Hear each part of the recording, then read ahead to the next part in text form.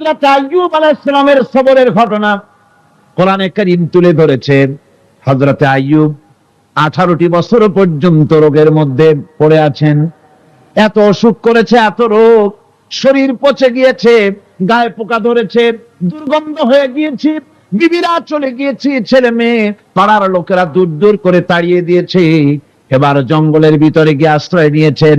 এমন অবস্থা হয়েছে, শরীর পচে পচে জিহ্বায় যখন পোকা ধরা শুরু করে দিল, হযরত আইয়ুব আলাইহিস সালাম তখন আল্লাহ রাব্বুল আলামিনের দরবারে এই প্রথমবারের মতো তিনি বললেন, রব্বুল আলামিন, হে আল্লাহ তাআলা, সমস্ত শরীর জড়জড় হয়ে গিয়েছে, গায়ে পোকা ধরেছে, আমি কোনো কথা বলি নাই, আমি খামোশ থেকে জিকির আজগার করতেছিলাম। আয় আল্লাহ, এখন দেখি আমার জিহ্বায় পোকা ধরেছে, পোকা ধরা শুরু হয়েছে। আমার জিহ্বাটায় পোকা তুমি দয়া করে দিও না, কারণ আমার জিহ্বায় যদি পোকা হয়ে যায় তাহলে তোমার মতো আল্লাহর জিকির আমি কি দিয়া করব? আমার জিহ্বাটা তুমি দয়া করে ভালো রাখো। কোরআনে কারীম বলছি, ওয়া আইয়ুবা ইয নাদা রাব্বাহু ইন আন্নী মাসসানিয়াদ দুররু ওয়া আনতা আরহামুর রাহিমিন। স্মরণ করো সেই সময়ের কথা যখন আইয়ুব তার রবকে ডেকে বলেছিল, আমি অসুস্থ আর তুমি তো রহমান রহিম, দয়াময়। ভাষাটা দেখেন কি সুন্দর। এর থেকে কি আল্লাহর আর কিছু বলা লাগে? আল্লাহ পাকের কাছে তিনি বলতেছেন, আল্লাহ আমি তো অসুস্থ, আমি তো অসুখ করেছে আমার, আর তুমি তো দয়াময় রহমান রহিম।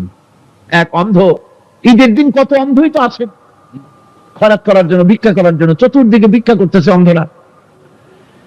এক অন্ধ ঈদের গেটের কাছে দাঁড়ায়া বলতেছে, ভাইরা আজ হচ্ছে ঈদের দিন আর আমি কিছু দেখতে পাচ্ছি না। বেশি পয়সা পাইনি, মানুষের দিন তার প্রতি আকৃষ্ট হয়ে গেছে। আরে কি কথা, আজ ঈদের দিন, সকলে আনন্দ করছে আর আমি কিছুই দেখতে পাচ্ছি না। সে কিন্তু কিছু চায় নাই। ভাষার ভিতরে, কথা বলার ভিতরে এ ধরনের টেকনিক আছে। হযরত আইয়ুব আলাইহিস সালাম বললেন না যে আল্লাহ আমারে মাফ করে দাও, কষ্টের মধ্যে আছি। তিনি শুধু বলেছেন, রব্বুল আলামিন, আমি অসুস্থ হয়ে পড়েছি, আমার অসুখ করেছে, আর তোমার নাম রহমান রহিম। এতটুকু কথা বলেছেন। আল্লাহ রাব্বুল আলামিনের দরজায়, তার দরবারে আইয়ুব আলাইহিস সালামের ডাক চলে গেছে। যায় নাই? কোন অসুবিধা আছে নাকি? কোন অসুবিধা নাই। পানির তলা দিয়া যদি কেউ ডাক দেয়, পাহাড়ের ভিতরে বসে যদি কেউ ডাক দেয়, আল্লাহ রাব্বুল আলামিন তা শুনতে পান। ইউনূস আলাইহিস সালাম মাছের পেটে বসে চিৎকার মেরেছিলেন, লা ইলাহা ইল্লা আনতা সুবহানাকা ইন্নী কুনতু মিনাজ জালিমিন। তিনি বলছিলেন, হে আল্লাহ তাআলা, আমি তোমার প্রশংসা করছি, তুমি ছাড়া উপাস্য নাই, মাবুদ নাই। আমি তোমার পবিত্রতা ঘোষণা করছি, আমি তো জালিমদের অন্তর্ভুক্ত হয়ে গেছি। বাস এতটুকুন কথাই বলেছেন। আল্লাহ পাক বলছেন, ইউনূসের ডাক তো কেউ শোনে নাই, পানির মধ্যে কেউ শোনে নাই, জমিনের কেউ শোনে নাই, মহাশূন্যের কেউ শোনে নাই, কিন্তু মাছের পেটের ভেতরে থেকে গভীর অতল দরিয়ার তলদেশ থেকে মাছের পেটের ভিতরে বসে আমার ইউনূস যে ডাক দিল, ওই ডাক আমি আরশের মালিক আমি শুনতে পেয়েছি, আর সঙ্গে সঙ্গে জবাব দিয়েছি, ফাস্তাজাবনা লাহু ওয়া নাজ্জাইনাহু মিনাল গাম্মি ওয়া কাযালিকা নুজিল মুমিনিন। ডাকের সাড়া দিলাম, বিপদ দিয়া বাঁচায় দিলাম। শুধু ইউনূসের নাম, আল্লাহ পাক এ জায়গায় আবার ওয়াদা করলেন, দুনিয়ার যত মুমিন বান্দা আছে তারা যদি কখনো বিপদে পড়ে যায় আর আমারে যদি ডাকে, আমি এই রকম করে বিপদ থেকে বাঁচায়া দেব। আইয়ুব আলাইহিস সালাম যখন আল্লাহ রাব্বুল আলামিনের কাছে ফরিয়াদ করলেন, আল্লাহ পাক তখন বলছেন, কোরআনে কারীম বলছে, ফাস্তাজাবনা লাহু فكشفنا ما به من ضر وآتيناه أهله ومثلهم معهم رحمة من عندنا وذكرى للعابدين। আমি আইয়ুবের দোয়া কবুল করে নিলাম, শুধু তার পরিবার বর্গই দিলাম না, বরং আরো কিছু নিয়ামত আমি তাকে দান করে দিলাম। এবং তাই জন্য যেহেতু তারা ছিল আমার অনুগত বান্দা, আমার বাধ্যগত, আমি এই জন্য রহম করেছি, সমস্ত রোগ শোক আমি মাফ করে দিয়েছি। আমাদের সামান্য একটু জ্বর হয়, যদি 2-3 দিন জ্বর হয়েছে, জ্বর ছাড়ে না, বলে যে এত ভালো ভালো কাজ করি তারপর আমার এত জ্বর হওয়া লাগে, অমুকরা এত পাপ করে, তা তো কিছুই হয় না, খালি আল্লাহ আমারই চোখে দেখলো, আমার বউর অসুখ, আমার অসুখ ছাড়ি না। ভাইরা, আপনি ঠিক পান না যে কি গুনাহ আপনি করেন। কোরআনে কারীম বলছি, ওয়ামা আসাবাকুম মিন মুসিবাতিন ফাবিমা কাসাবাত আইদিকুম ওয়া ইয়াফু আন কাসীর। যত বিপদ তোমাদের উপর আছে সব দুই হাতের কামাই করা। আর আমি তো অনেকগুলো ক্ষমা করে দেই। তোমরা যত পাপ করো, আকাম করো, সবগুলির শাস্তি যদি দুনিয়ায় দিতাম, সাহস করার সময় পেতে না। অসুখ হলেই অধৈর্য হয়ে যেও না, ধৈর্য ধরো। আল্লাহ পাক বলেন শুধু আইয়ুব নয়, ওয়া ইসমাঈল ওয়া ইদরিস ওয়া যাল কিফলি কুল্লুম মিনাস সাবিরিন।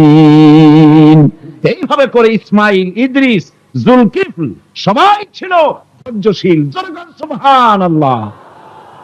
ধৈর্যের চরম পরাকাষ্ঠা ছিলেন তিনি। কোরআনে কারীম নবীদের এই কথাগুলি আমাদের শোনাচ্ছেন। হযরত ইয়াকুব আলাইহিস সালাম, কলিজার টুকরা সন্তান হযরত ইউসুফ আলাইহিস সালামের জন্য তার মনটা পাগল ছিল। এত সুন্দর করে আল্লাহ তারে বানাইছিলেন, এত তিনি ছিলেন সৌন্দর্যের পিরামিড, যারে দেখলে চোখ ফিরানো যায় না, এমন সুন্দর সুপুরুষ, যারে দেখি সেই যুগের সুন্দরী যুবতী মেয়েরা রূপের মোহে পড়ে নিজেদের আঙ্গুলগুলি কেটে ফেলে দিয়েছিল। রূপের মোহে এমন অবশ হয়ে গেছে, আঙ্গুল কেটেছে, হাত কেটেছে, টের পায় নাই। আবার ভুল বুঝবেন না, দুনিয়ার সেরা সুন্দর পুরুষ ইউসুফ আলাইহিস সালাম, তা কিন্তু রাসূলের চাইতে বেশি নয়। হযরত উম্মুল মুমিনিন আয়েশা রাদিয়াল্লাহু তাআলা আনহা, তিনি বলেছেন, যেই সব সুন্দরী রমণীরা ইউসুফ আলাইহিস সালামকে দেখে রূপের মোহে পড়ে নিজেদের আঙ্গুলগুলো কেটে ফেলেছিল, ওরা যদি আমার হাবিবকে দেখতো, ওরা যদি আল্লাহ রাসূলকে দেখতো, তাহলে হাত কাটতে কাটতে কোন ফাঁকে দিয়ে কলিজা কেটে ফেলে দিত, ওরা টের পেত না। আমার বন্ধুগণ, হযরত আইয়ুব আলাইহিস সালাম সন্তানের মায়া, অন্যান্য ভাইরা হিংসায় পড়ে গেল, তারা নিয়ে তাকে কুয়ায় ফেলে দিল। সেখান থেকে তারা একটা ছাগল বা কোনো পশু জবাহ করে তার রক্ত মাখাইয়া জামা এনে হাজির করে দিল। হযরত ইয়াকুব আলাইহিস সালামের সামনে, যে তারে নিয়ে খেলা করতে গিয়েছিলাম, আমরা খেলায় লিপ্ত ছিলাম, বাগে খাইয়া ফেলাইছে। এগুলি কি গপ্প? এগুলি কি কোরআন? আল্লাহ পাক শোনাচ্ছেন, বিশ্ববাসীকে শোনাইছেন। সূরা ইউসুফের চাইতে এত সুন্দর উপাখ্যান গোটা পৃথিবীতে আর নাই। সুবহানাল্লাহ।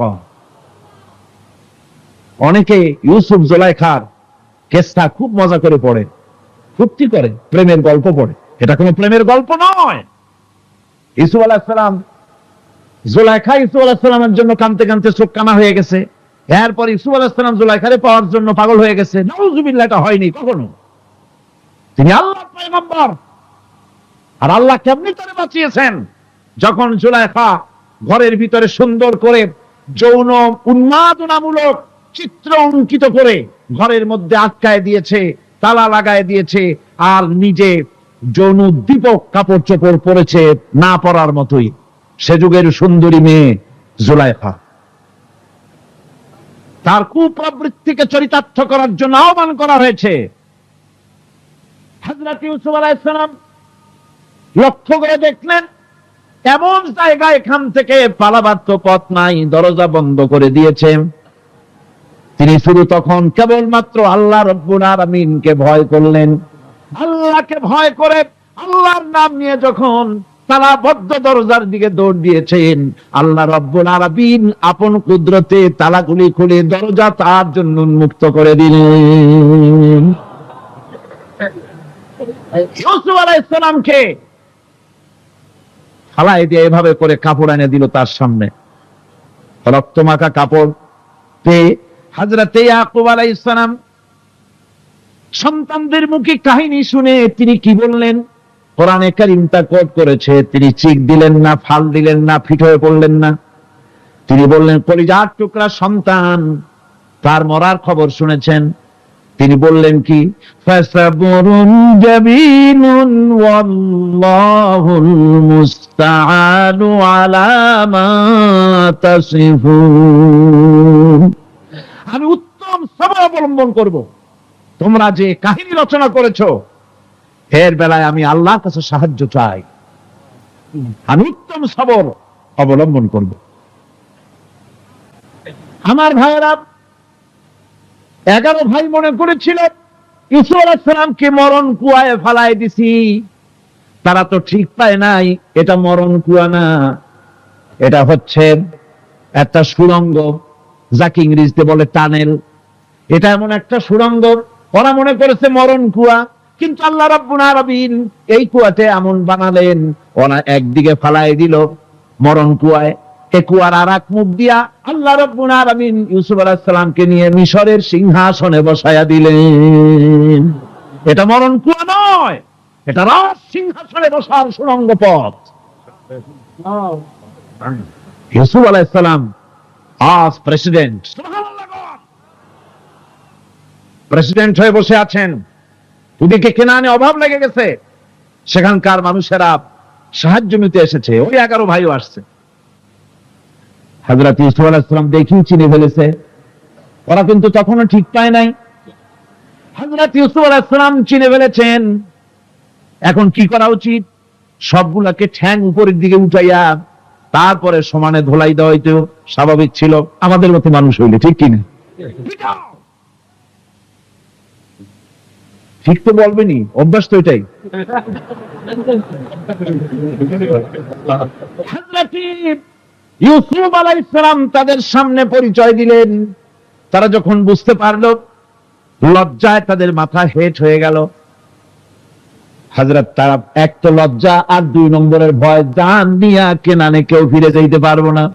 এখন অবস্থা হয়েছে যে জীবনই যায় নাকি এখানে। হযরত ইউসুফ আলাইহিস সালাম ভাইদের এই করুণ দুরবস্থা বুঝতে পারলেন, বুঝে চরম ধৈর্য ধরে তিনি কি বললেন? তিনি বললেন, লা তাসরিবা আলাইকুমুল ইয়াউম। ও ভাইরা, তোমাদের বিরুদ্ধে আমার কোনো ক্ষোভ নাই, দুঃখ নাই, বিদ্বেষ নাই, হিংসা নাই, আল্লাহর রাস্তে মাফ করে দিলাম। সুবহানাল্লাহ। এর নাম পয়গম্বর। এর নাম কি? পয়গম্বর।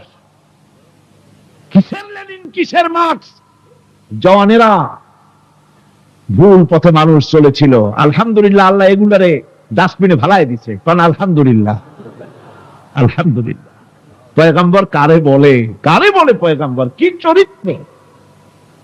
রাসূল করিম সাল্লাল্লাহু আলাইহি ওয়াসাল্লাম, তাকে একজন সাহাবী বলছিলেন, হুজুর বলছেন এই কামটা করলা না কেন? সাহাবী বললেন, হুজুর আপনি যদি চোখের ইশারায় বলতেন, মুখ দিয়ে না কইয়া, তাও তো আমি কামটা করে ফেলতাম, আমি তো বুঝি নাই। হুজুর বললেন, চোখের ঠারে ঠারে কাজ করা নবুয়তের শান নয়। আল ওয়াদুহু ওয়াস সারাহা, নবীরা যা করেন তার ডাইরেক্ট, কোনো বক্রতা নাই, স্পষ্ট কথা। আমার ভাইরা, হযরত ইউসুফ আলাইহিস সালাম বিনিয়ামিনকে কাছে নিয়ে পরিচয় দিলেন তার ভাইদের সামনে। কোরআনে কারীম বলছে, ক্বালা আনা ইউসুফ ওয়া হাদা আখি قد من الله علينا إنه من يتقي ويصبر فإن الله لا يضيع أجر المحسنين। আমি ইউসুফ আর এই হচ্ছে আমার ভাই। আল্লাহ আমাদের উপরে ইহসান করেছেন। প্রকৃতপক্ষে যারা আল্লাহকে ভয় করে এবং সবর এখতিয়ার করে, আল্লাহ এভাবে তাদেরকে তাদের আমলকে নিষ্ফল হতে দেন না। আমার এই জামাটা নিয়ে যাও। হযরত ইয়াকুব আলাইহিস সালাম কলিজার টুকরা সন্তান ইউসুফ আলাইহিস সালামের বিরহ যন্ত্রণায় ছেলেকে কতদিন দেখে না, কাঁদতে কাঁদতে চোখ দুটো অন্ধ হয়ে গেছে। মিশর থেকে কেনানের দিকে জামা রওনা হয়েছে। কোথায় মিশর, কোথায় কেনান? জামা যখন রওনা হয়ে গেছে, হযরত ইয়াকুব বলতেছেন, আমি যেন আমার ইউসুফের গন্ধ নাকে পেতেছি। জামা চলে এলো, চোখের উপরে রাখলেন, আল্লাহ রাব্বুল আলামিন তাকে চক্ষুষ্মান বানায়া দিলেন।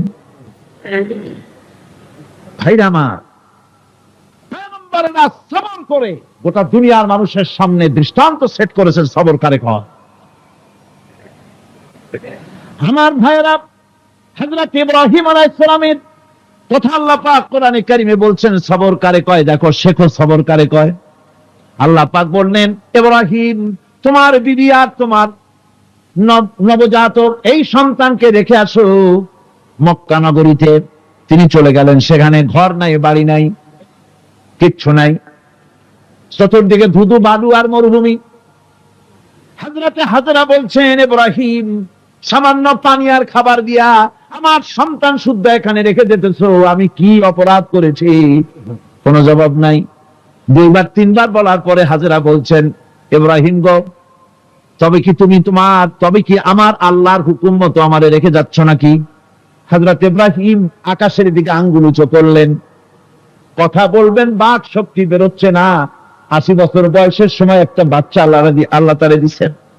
আর এমন বাচ্চা, পয়গম্বরের ছেলে, কি সুন্দর চেহারা, মরুভূমির উপরে ফালাই দিয়ে রওনা হয়ে যাচ্ছেন।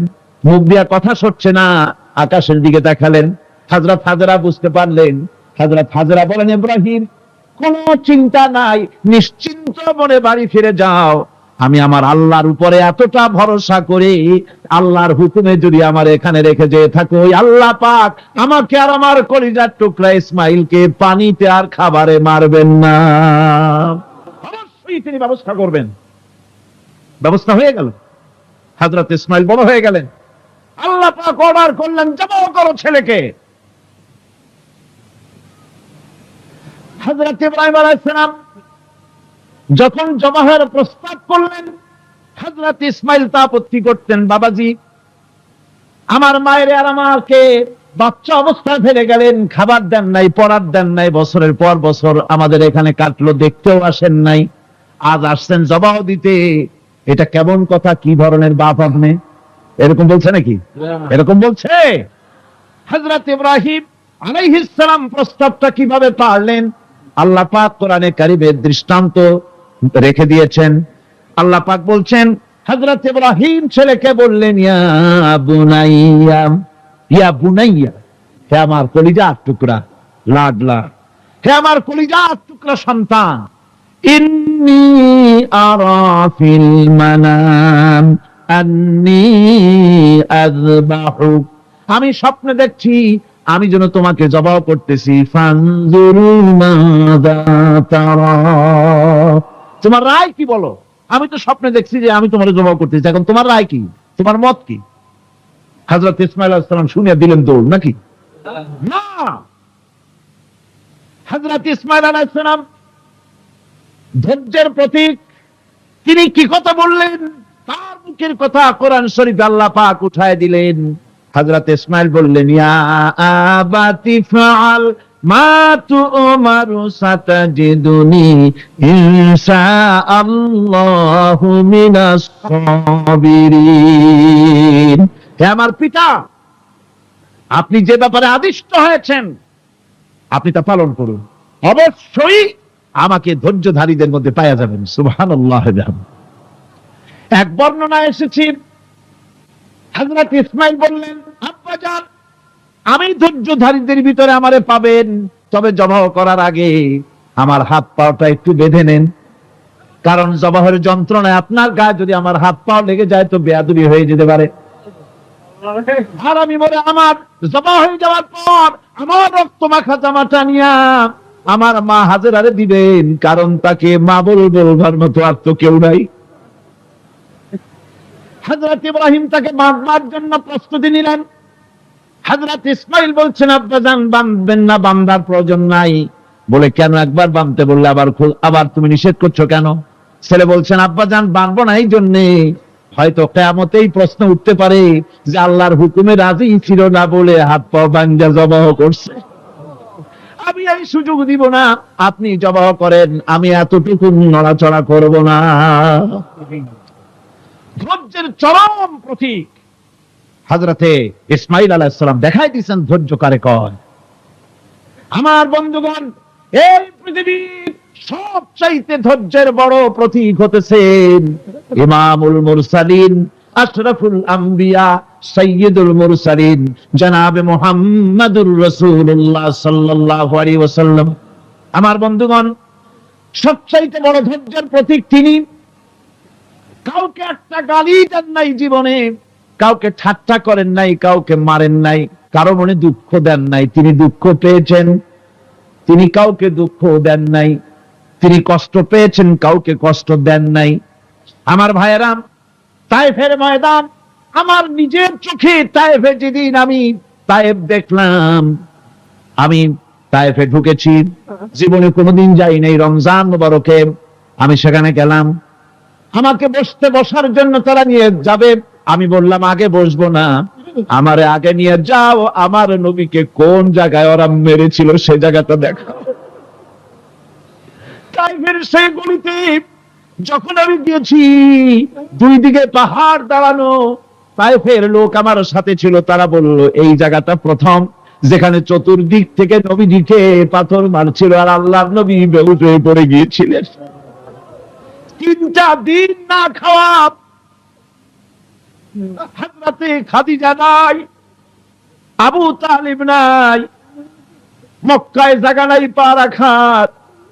নবীজি 3টা দিন ঘুরলেন। নেতারা বলল তুমি যদি নবী হবে তো এতিম হলে কেন? আল্লাহ নবী বানাবার জন্য কি একটা ধনী মানুষ পায় না? তোমার মতো এতিম আর গরিবের নবী বানাইলো কেন?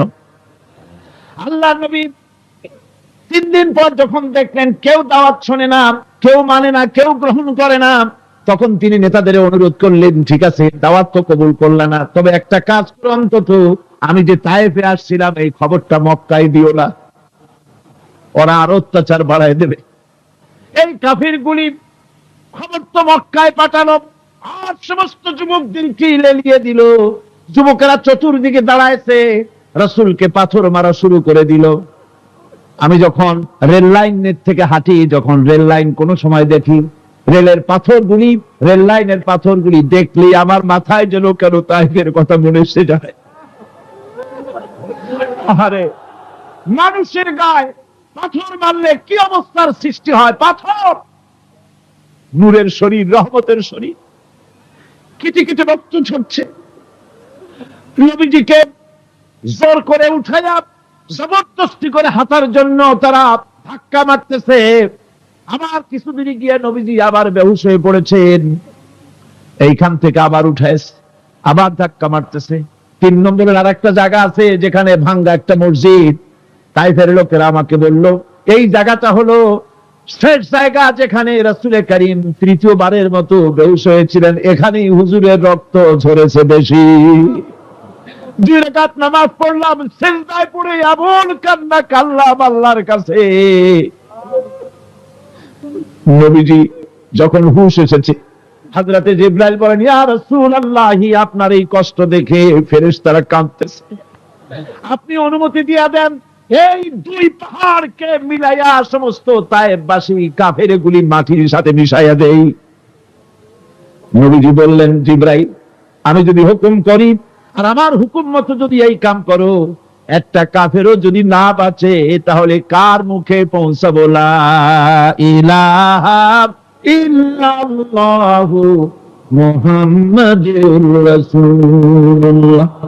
আমার ভাইরা, হুজুর সাল্লাল্লাহু আলাইহি ওয়াসাল্লাম উঠে বসলেন। এমন সময় হযরতে যায়েদ শরীরের রক্তগুলি মুছে দিতেছেন। রাসূলুল্লাহ সাল্লাল্লাহু আলাইহি ওয়াসাল্লাম বসে দুইখানা হাত উত্তোলন করলেন। নবীজির চোখ থেকে পানি গড়ায় পড়তেছে। আরে কেউ নাই, আল্লাহ ছাড়া কেউ নাই সাহায্য করার।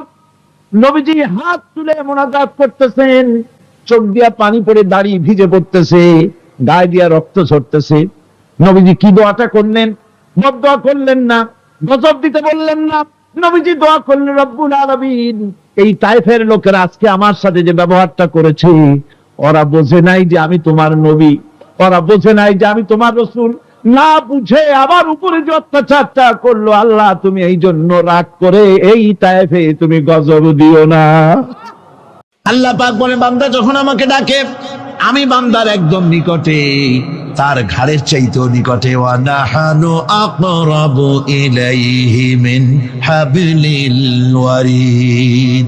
আমি আমার বান্দার সারা যে রগের উপরে তার মাথা, এর থেকেও আমি আমার বান্দার বেশি নিকটে। সুবহানাল্লাহ পড়ে।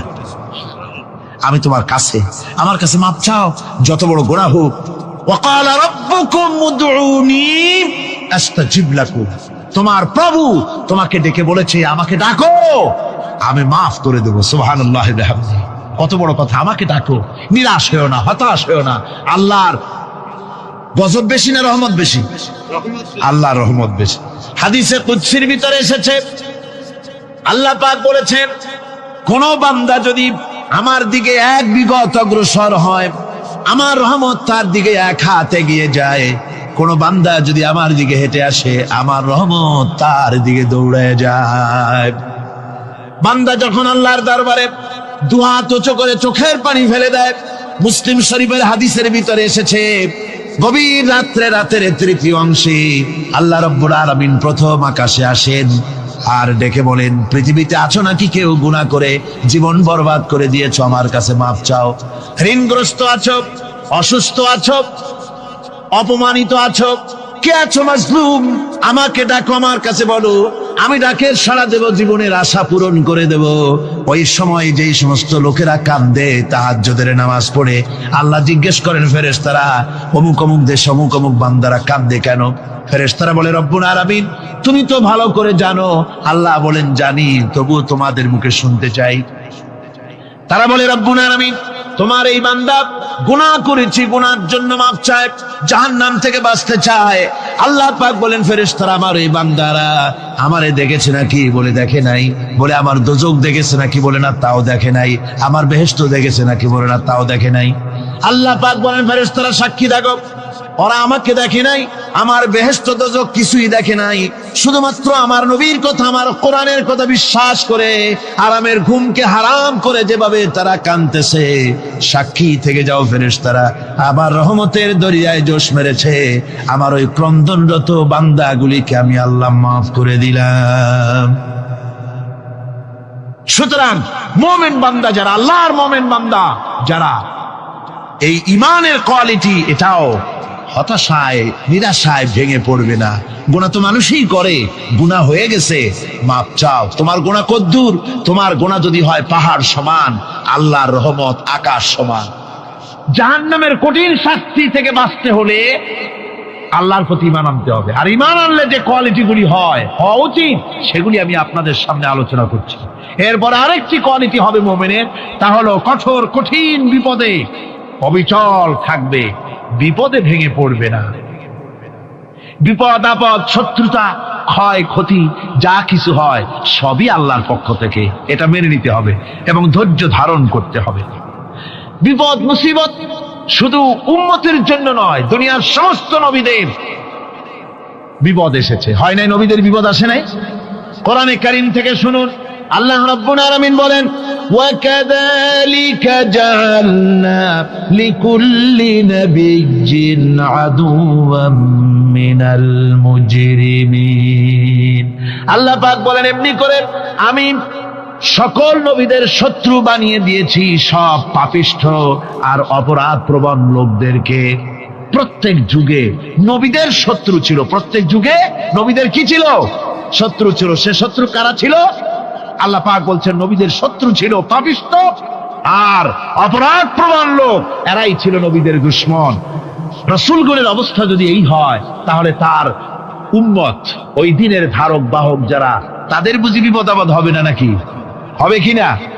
তো ইসলামের বিরোধিতা যারা করে, কোরআনের পরিভাষায় বলা হয়েছে ইসলামের দুশমন, নবীদের দুশমন।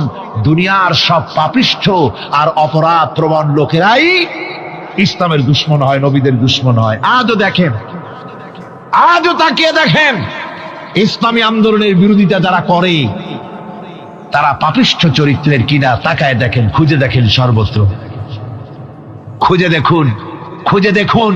যারা ইসলামী আন্দোলনের বিরোধিতা করে, যারা ইসলামকে মিটিয়ে দেওয়ার চেষ্টা করতেছে, যারা ইসলামকে মৌলবাদ বলে, ইসলামকে সাম্প্রদায়িক বলে, কোরআনে কারীমের কথা কত স্পষ্ট যে নবীদের দুশমন হয়, ইসলামের দুশমন হয় মুজরিম লোকেরা, অপরাধ প্রবণ আর পাপিষ্ঠ লোকেরা।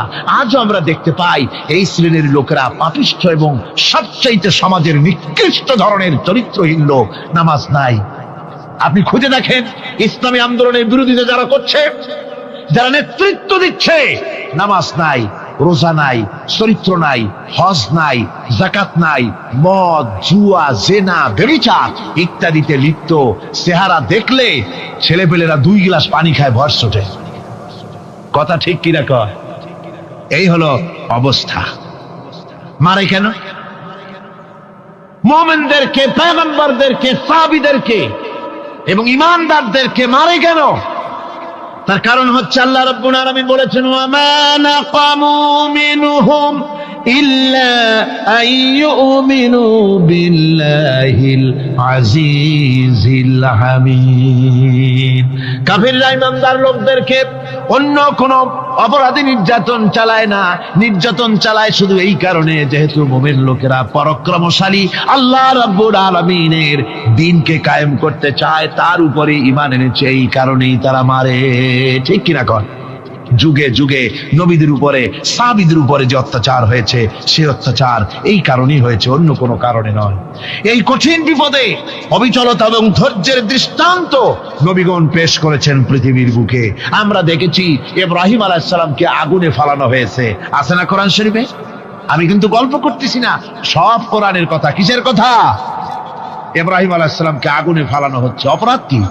অপরাধ হচ্ছে হযরত ইব্রাহিম আলাইহিস সালাম দাওয়াত দিয়েছেন, লা ইলাহা ইল্লাল্লাহ। জোরে পড়েন, লা ইলাহা ইল্লাল্লাহ, লা ইলাহা, লা ইলাহা ইল্লাল্লাহ মুহাম্মাদুর রাসূলুল্লাহ। হযরত ইব্রাহিম আলাইহিস সালাম দ্বীনের দাওয়াত দিয়েছেন, এক আল্লাহর দাওয়াত দিয়েছেন, ঈমানের দাওয়াত দিয়েছেন। আর কোন অপরাধ ছিল না। নমরুদ সহ্য করতে পারলো না। কোরআনে কারীমের মধ্যে সব কথাগুলি আল্লাহ পাক এই জন্য বিধৃত করেছেন, এই জন্য কোরআনে কারীমের মধ্যে সব কথা উঠায় দিয়েছেন, যাতে করে মুমিনেরা বিপদ আসলে পরে যেন ঘাবড়ে না যায়। ইব্রাহিম আলাইহিস সালামকে আগুনে ফালানো হচ্ছে। ফেরেশতা বলছে, ইব্রাহিম তোমারে আগুনে ফালায় দাও, হতেছে আমার কাছে সাহায্য চাও, আমার কাছে ক্ষমতা আছে, আগুনগুলো উঠাইয়া নমরুদের বংশ জ্বালায় দেব। হযরত ইব্রাহিম ফেরেশতার কাছে সাহায্য চাইছিলেন নাকি? তিনি বললেন, ফেরেশতা তোমার কাছে সাহায্য কেন চাইব? আমি তো এমন কোন অন্ধ আল্লাহর ইবাদত করি না যেই অন্ধ স্রষ্টা তার গোলামের দুঃখ দুর্দশা না দেখেন। আমি তোমার কাছে সাহায্য চাইব না। হযরত ইব্রাহিম আলাইহিস সালাম পাশ করলেন। কি বলেন, পাশ করছেন না? ঈমানের পরীক্ষায় পাশ। আগুনের মধ্যে হযরত ইব্রাহিমকে যখন ফেলানো হচ্ছে, রব্বুল আলামিন আগুনের প্রতি নোটিশ করে দিলেন, ইয়া নারু কুনি বারদাও ওয়া সালামান আলা ইব্রাহিম। আগুন আমার ইব্রাহিমের জন্য শান্তিদায়ক, ঠান্ডা হয়ে যা। এখন কি আর আগুনের বাপের ক্ষমতা আছে ইব্রাহিমকে পোড়ানো? আর ক্ষমতা নাই। আমার বন্ধুগণ, ইব্রাহিম আগুনের ভিতরে আরামে বসা আছেন, আর ওদিকে নমরুদ বসে বসে দেখতেছে দূর থেকে। ইব্রাহিম তো জ্বলে না, গায়ের মধ্যে আগুন জ্বলে গেল। ডাক দিয়া কয়, আগুন তোর হলো কি? কেন জ্বালাইতে পারিস না আমার দুশমন রে? হলোটা কি তোর? তোর কি জ্বালানো শক্তি বন্ধ হয়ে গেল নাকি? আগুনের ভিতর থেকে জবাব এলো, নমরুদ রে, আমার ভিতরে জ্বালানোর শক্তি আছে কি নাই যদি প্রমাণ করতে চাও, টেস্ট করতে চাও, তুই নিজে আয়, তোরে শুদ্ধ তামাম দুনিয়া জ্বালাই দিতে পারি, ইব্রাহিমের এক গাছা পশমও জ্বালাই দিতে পারি না। তার কারণ হচ্ছে আমি হচ্ছি মাখলুক, আল্লাহ হচ্ছেন খালিক। আল্লাহ আমাকে বলেছেন না জ্বালাতে, তুমি 1000 বার বললেও আমি ইব্রাহিমকে জ্বালাইতে পারবো না। কোরআনে কারিমে ঘটনা বলে মুমিনদেরকে সাহস দেওয়া হচ্ছে, মুমিনেরা দ্বীনের কাজ করতে গিয়ে বিপদ আবাজ আসবে, ইমানের দাবি হলো বিপদ আসবে, আর বিপদ আসলে ঘাবড়ায় যেও না, মুসিবতে পড়ে চিন্তায় পেরেশানে হয়রান হয়ে যেও না। বিশ্বকবি আল্লামা ইকবাল কি সুন্দর করে বলেছেন, আজ ভি হোক জু ইব্রাহিম কা ইমা पैदा आग कर सकती है एक अंदाज गुलिस्तां पैदा। ইব্রাহিমের ইমান যদি আজিও কোথাও হয় বিদ্যমান, করতে পারেন অগ্নিকুণ্ডে খুবসুরত এক গুলিস্তান। আজও যদি আগুনের ভিতরে কোন নমরুদ কোন ইব্রাহিমকে যদি ফেলে দেয়, আল্লাহ রাব্বুল আলামিন আজও আগুনকে ফুলের বাগান বানায়া দিবেন। সুবহানাল্লাহ। ভয় পাওয়ার কারণ নাই, চিন্তা করার কোনো কারণ নাই। আমার বন্ধুগণ, হযরতে হুদ আলাইহিস সালামকে যখন সমাজের লোকেরা, রাষ্ট্রের লোকেরা ঘিরে ফেলে দিল, সমাজ শক্তি, রাষ্ট্র শক্তি যখন তাকে ঘিরে ফেলে দিল, ষড়যন্ত্রের পাহাড় তুলে দিল, তারে মেরে ফেলে দিবে, হযরত হুদ দেশ থেকে তা পালায় গেলেন না, ভয় পেলেন না। হযরতে হুদ আলাইহিস সালাম বললেন, কোরআনে কারিমে হযরত হুদের কথা কোট করা হলো, ফাকিদুনি জামিআন সুম্মা লা তুনজিরুন। সম্মিলিতভাবে ষড়যন্ত্র করো আমার বিরুদ্ধে, সবাই মিলে ষড়যন্ত্র করো, সুম্মা লা তুনজিরুন, আর আমাকে এতটুকু অবকাশ তোমরা দিও না।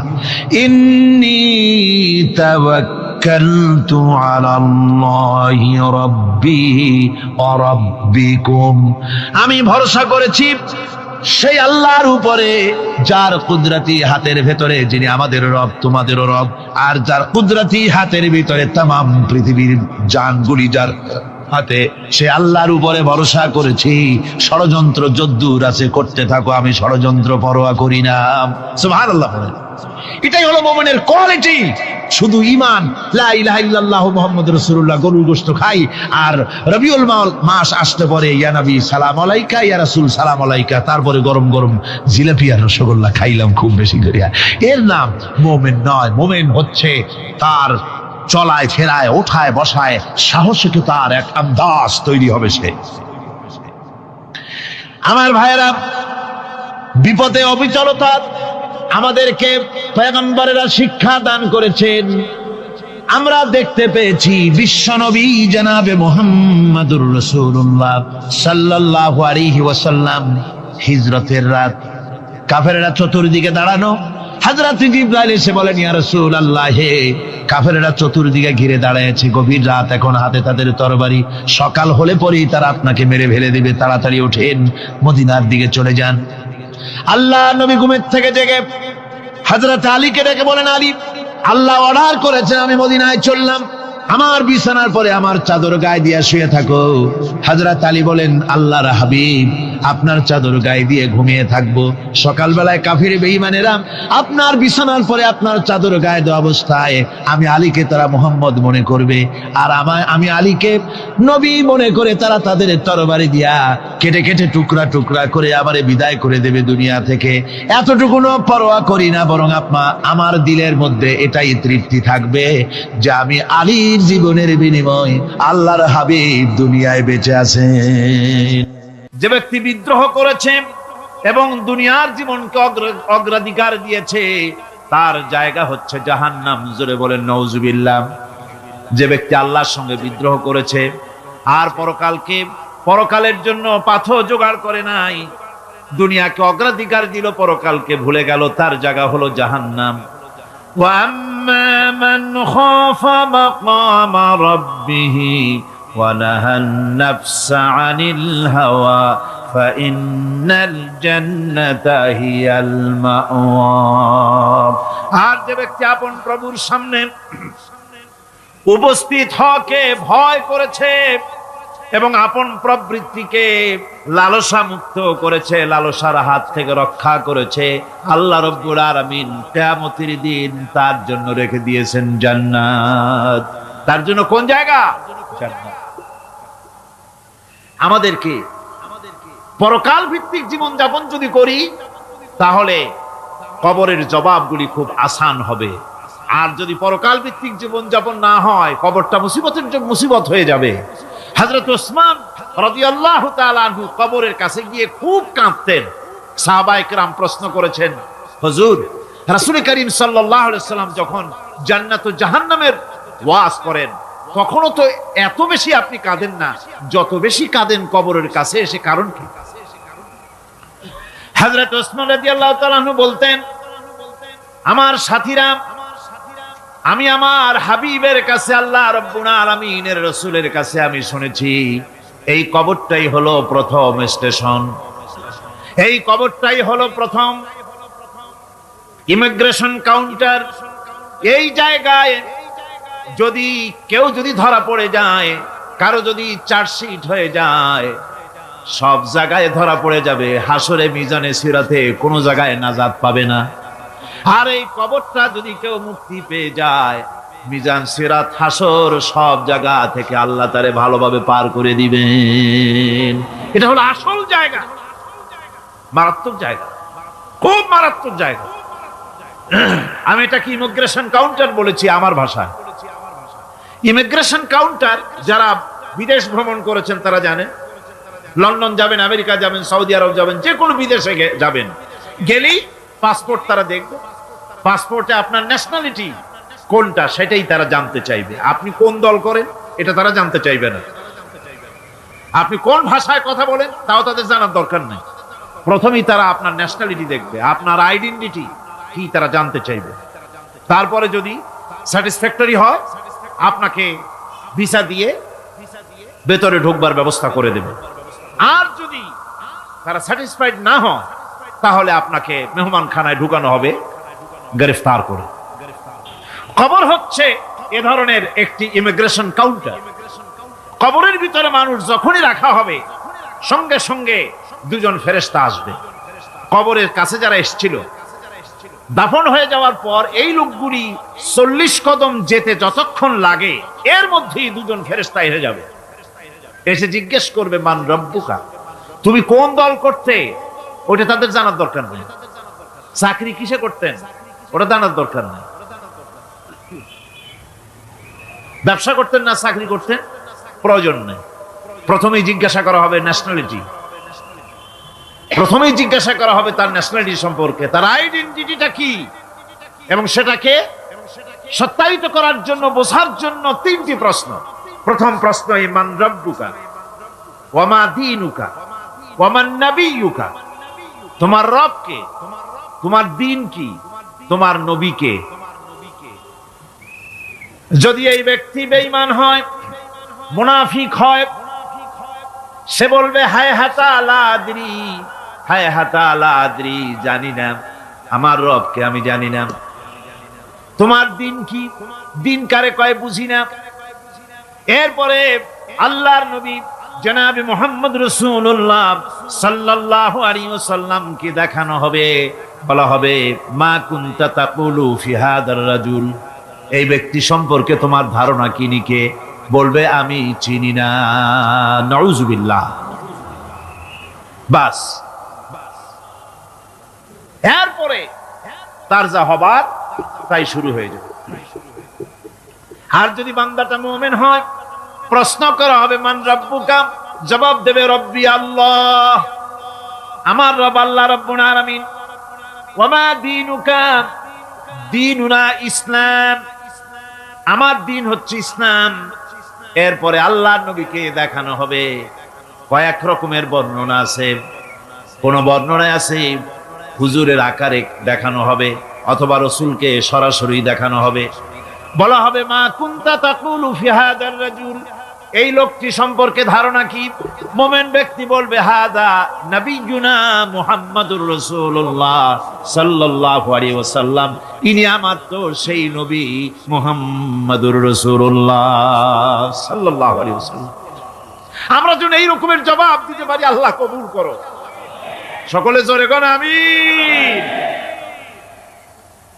জবাব হয়ে যাওয়ার পর গায়ব থেকে আওয়াজ আসবে, ফাফরিশু বিল জান্নাতি ওয়ালবিসু বিল জান্নাহ। ও আমার ফেরেশতারা, আমার এই বান্দাকে জান্নাতের পোশাক পরাইয়া দাও আর কবরটাকে জান্নাতের বিছানা বিছাইয়া দাও। জান্নাতের পোশাক পরাইয়া দাও, জান্নাতের বিছানা বিছাইয়া দাও। ইলা মাদ্দা বাসারিহি, তার চোখের দৃষ্টি যত দূর যায় কবরটা ততটা প্রশস্ত করে দাও। এরপর বেহেশতের পোশাক পরাইয়া বেহেশতের বিছানা বিছায়া ফেরেশতা বলবে, নুম কানাউমুল উরুস, ঘুমিয়ে যাও। দুলামিয়া যেমন বাসর সজ্জায় নতুন বউ নিয়ে আরামে ঘুমায়, এরকম আরামে ঘুমায় যাও। ইলা ইয়াউমিল কিয়ামা, কিয়ামত পর্যন্ত ঘুমায় থাকো, আরামে ঘুমিয়ে থাকবে। এরপরে সিংহায় ফুৎকার হবে, সিংহার ফুৎকারের আওয়াজে তার ঘুম ভেঙে যাবে।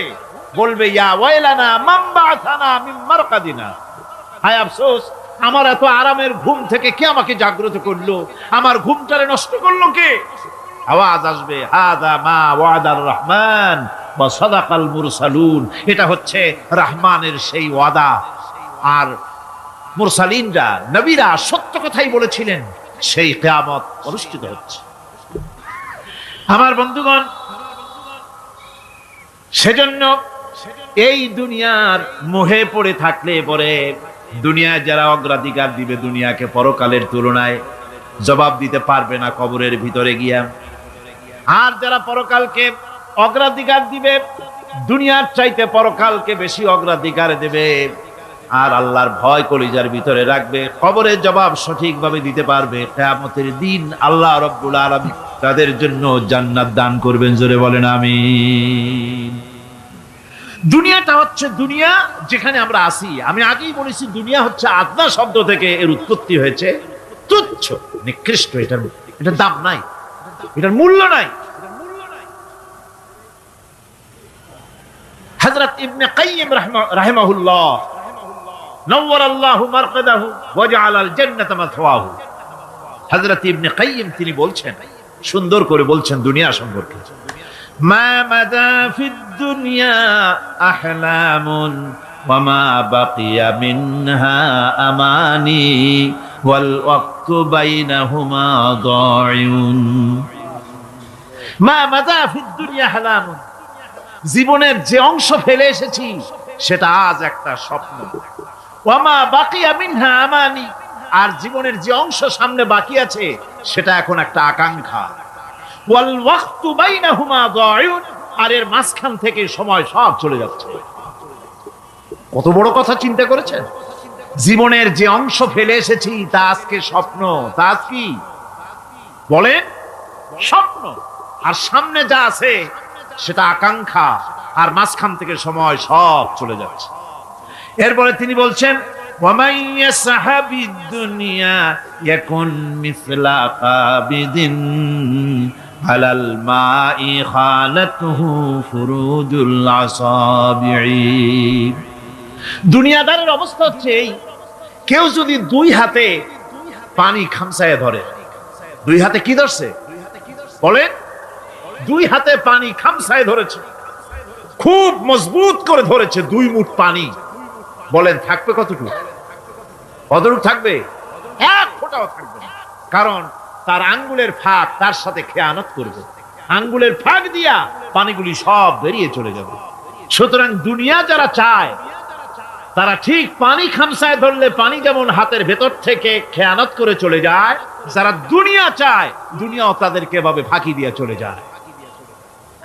তবুও দুনিয়ার মায়া মানুষের এত বেশি। আল্লাহর নবী বলেন, লাউ কানা লি ইবনি আদামা ওয়াদিন মিন যাহাবিন লাহাব্বা ইয়াকুনা লাহু সানিন। এই পৃথিবীতে যদি কাউকে একটা মাঠ ভরে যদি সোনা দেওয়া যায়, লোকটা বলবে, রব্বুল আলামিন, আমি যদি আরেকটা মাঠ এরকম সোনা ভরা পেতাম। দ্বিতীয় আরেকটা মাঠ দেওয়া হলে আবার বলবে, যদি তৃতীয় আরেকটা মাঠ সোনা ভরে যদি পেতাম। নবীজি বলেন ওয়ালা ইয়ামলাউ জাওফু ইবনু আদামা ইল্লা তুরাব, মানুষের পেট 3.5 হাত মাটি ছাড়া, কবরের মাটি ছাড়া মানুষের পেট ভরবে না। আরো চাই, আরো চাই, চাওয়ার কোনো শেষ নাই। মানুষ এভাবে করে দুনিয়ার মহব্বতে এমনি পাগল হয়ে যায়, শুধু দুনিয়ার মহব্বত, পরকালকে বেমালুম ভুলে যায়। আমি কিন্তু এই কথা বুঝাতে চাই নাই যে পরকালের মহব্বতে, পরকালের ভয়তে বা পরকালের জন্য দুনিয়া আপনি বাজার ঘাট, বেচা কিনা, ব্যবসা বাণিজ্য সবকিছু ভুলে যান, না তা নয়। ভুল বোঝার কোনো কারণ নাই। পরকালকে অগ্রাধিকার দিতে হবে, মানে দুনিয়াটা চিরস্থায়ী জায়গা নয়। চিরস্থায়ী হচ্ছে কোনটা? আখিরাত। চিল্লা এখন কোনটা? সুতরাং এখানে যা করতে হবে, আখিরাতের জবাবদিহিমূলক জীবন যাপন করতে হবে। আপনি ব্যবসা করবেন, ওজনে কম দিতে পারবেন না। আপনি খাদ্যে ভেজাল দিতে পারবেন না, চুরি করতে পারবেন না, ডাকাতি করতে পারবেন না, জেনা করতে পারবেন না, বদমাশি করতে পারবেন না, মদ খেতে পারবেন না, সন্ত্রাসী হতে পারবেন না, হাইজাকার হতে পারবেন না, চাঁদাবাজ হতে পারবেন না, মুনাফাখোর হতে পারবেন না, আপনি চোরা কারবারি হতে পারবেন না, ঘুষখোর হতে পারবেন না, সুদখোর হতে পারবেন না। এই সব কাজ পরকালকে বিশ্বাস করলেই এ সমস্ত কাজ থেকে মানুষ বিরত থাকতে পারে। কথা ঠিক কিনা? এটাই হচ্ছে। সুতরাং এই পৃথিবী থাকবে না, এটা কি চিরকাল থাকবে? না, এর একটা পরিসমাপ্তি ঘটবে।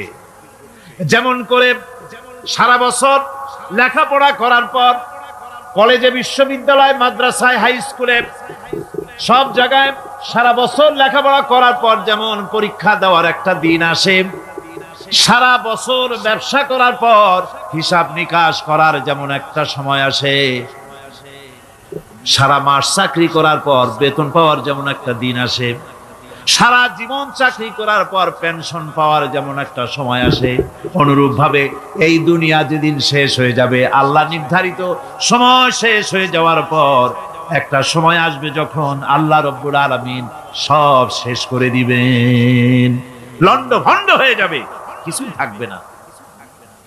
কোরআনে কারিমে আল্লাহ সব বলেছেন, কোরআনে সব আল্লাহ বলে দিয়েছেন। আল্লাহ পাক বলেন এই পৃথিবীর সব কেমন ভাবে ধ্বংস হবে তার চিত্র আল্লাহ পাক কোরআনে কারিমে তুলে ধরেছেন। ইযাস সামাউ ফাতারাত ওয়া ইযাল কাওয়াকিবু তাসারাত ওয়া ইযাল বিহারু ফুজ্জিরাত ওয়া ইযাল কুবুরু বু'সিরাত। যখন আকাশসমূহ দীর্ণ বিদীর্ণ হয়ে যাবে, তারকাগুলি বিক্ষিপ্ত হয়ে ছিটকে পড়বে,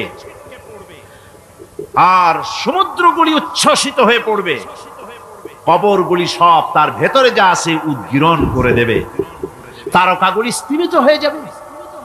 এরপরে সমস্ত আকাশগুলি কিতাবের পৃষ্ঠার মতো একটার পরে একটা ঠাস ঠাস করে পড়তে থাকবে, চূর্ণ বিচূর্ণ হয়ে ভেঙে চুরে একাকার হয়ে যাবে। পাহাড়গুলিকে উড়িয়ে দেওয়া হবে, চন্দ্র এবং সূর্য একাকার হয়ে যাবে। আল্লাহ রাব্বুল আলামিন বলেন ফাইদা বারিকাল বাসার ওয়া খাসাফাল কমার ওয়া জুমিআশ শামসু ওয়াল কমার। চক্ষু যখন বিস্ফারিত হয়ে যাবে, চাঁদ যখন তার আলো হারিয়ে ফেলবে, সূর্য যখন তার আলো হারিয়ে ফেলবে, চাঁদ আর সূর্য সব একাকার হয়ে যাবে, সেই সময়ের অবস্থাটা কি চিন্তা করো। মানুষ হয়রান হয়ে দৌড়াদৌড়ি করবে।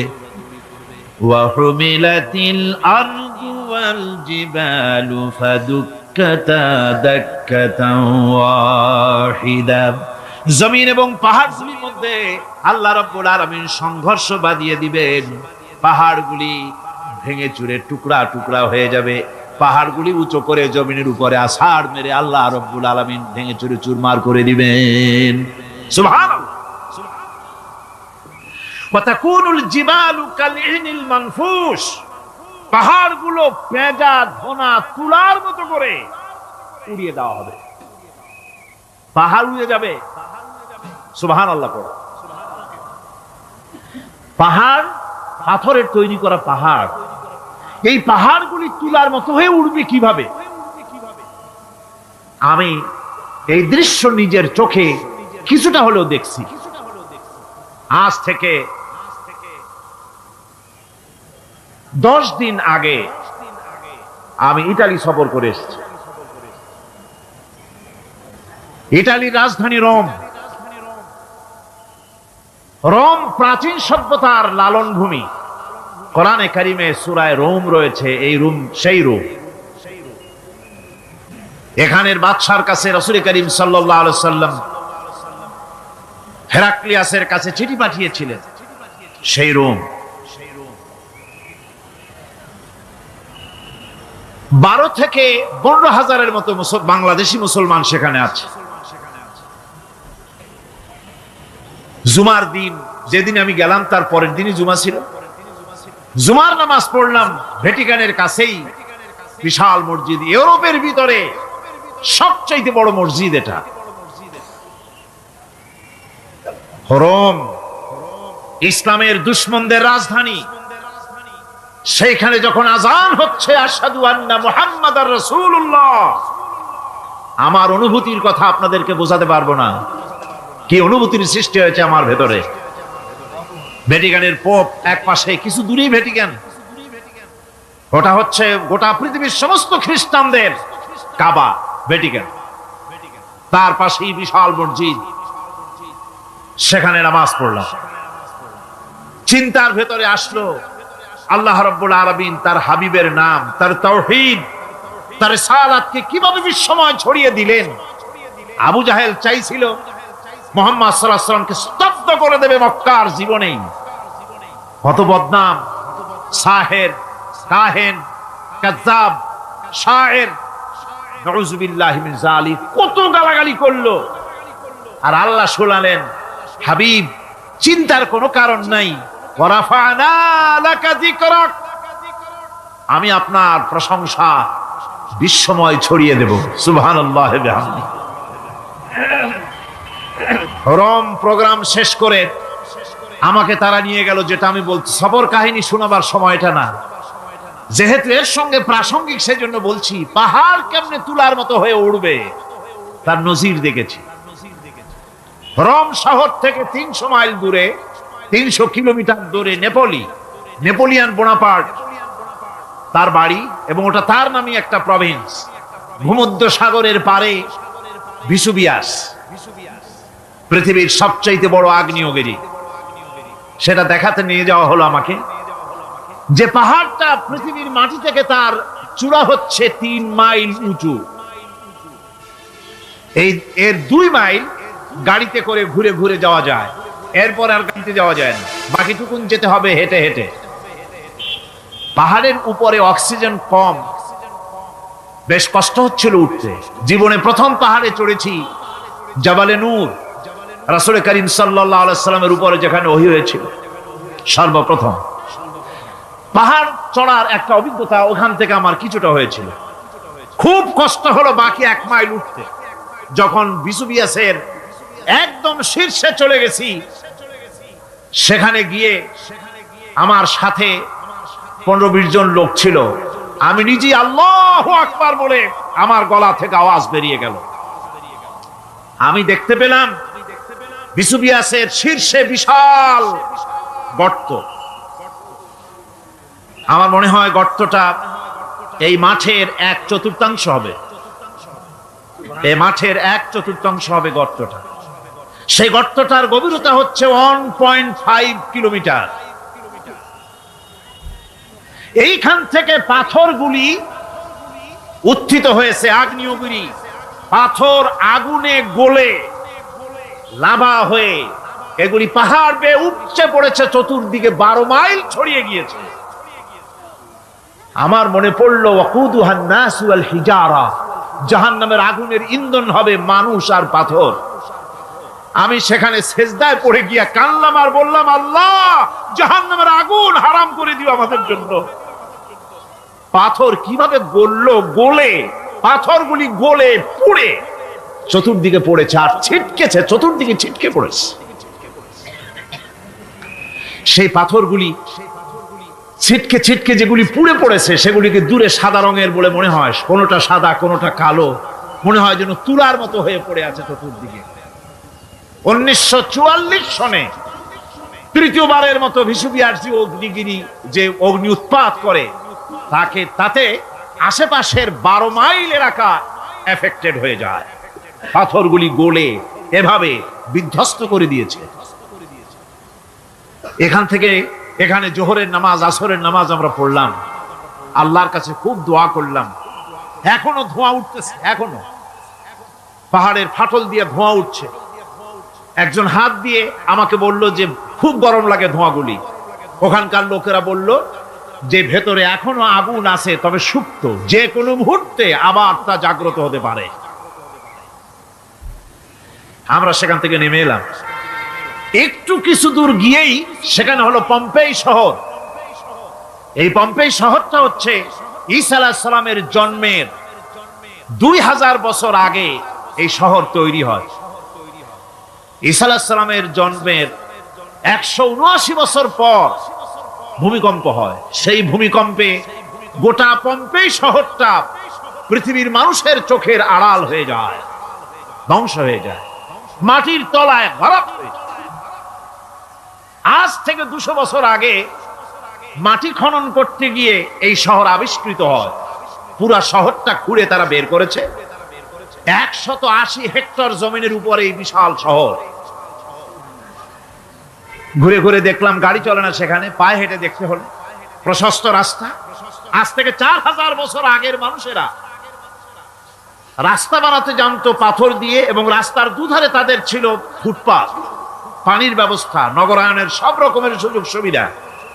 তারপরে সেখানে বিচারালয়, এরপরে দোকানপাট, বাজারঘাট, সবকিছুর ব্যবস্থা রয়েছে।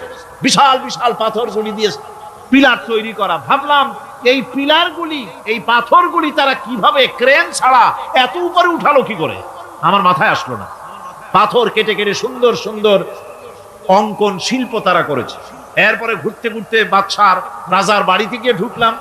সেখানে গিয়ে দেখলাম উলঙ্গ এত মূর্তি পাথরের তৈরি করা। পাথর কেটে কেটে দেওয়ালে যৌন মিলনের এমন কোন অশ্লীল ছবি নাই যা তারা সেখানে তৈরি করে নাই। উলঙ্গ মূর্তি আর উলঙ্গ যৌন মিলনের অসংখ্য ছবি দিয়ে এই এলাকা ভরা। তখন আমি বুঝলাম আল্লাহর গজব হওয়ার কারণটা কি, এই শহরটা মাটির নিচে গরক হয়ে যাওয়ার কারণটা কি।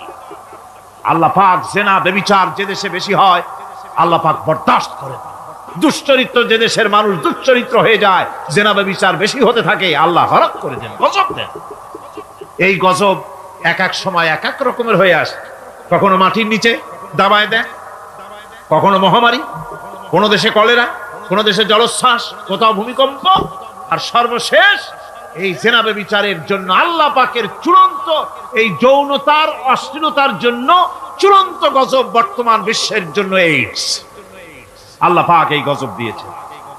বন্ধুগণ, আমি সেই জায়গা, আমি সেখানে যা দেখলাম যে আল্লাহ পাক পাহাড়গুলিকে কিভাবে উড়াবেন, এটা অস্বীকার করার কোনো উপায় নাই। বিশ্বাস তো করতামই। তবে হযরত ইব্রাহিম আলাইহিস সালাম যেমন বলেছিলেন, রব্বি আরিনি কাইফা তুহিল মাউতা, আয় আল্লাহ তুমি মরাকে জিন্দা করবা কেমনে? আল্লাহ পাক বলেন, আওয়ালাম তুমিন, তুমি বিশ্বাস করো না?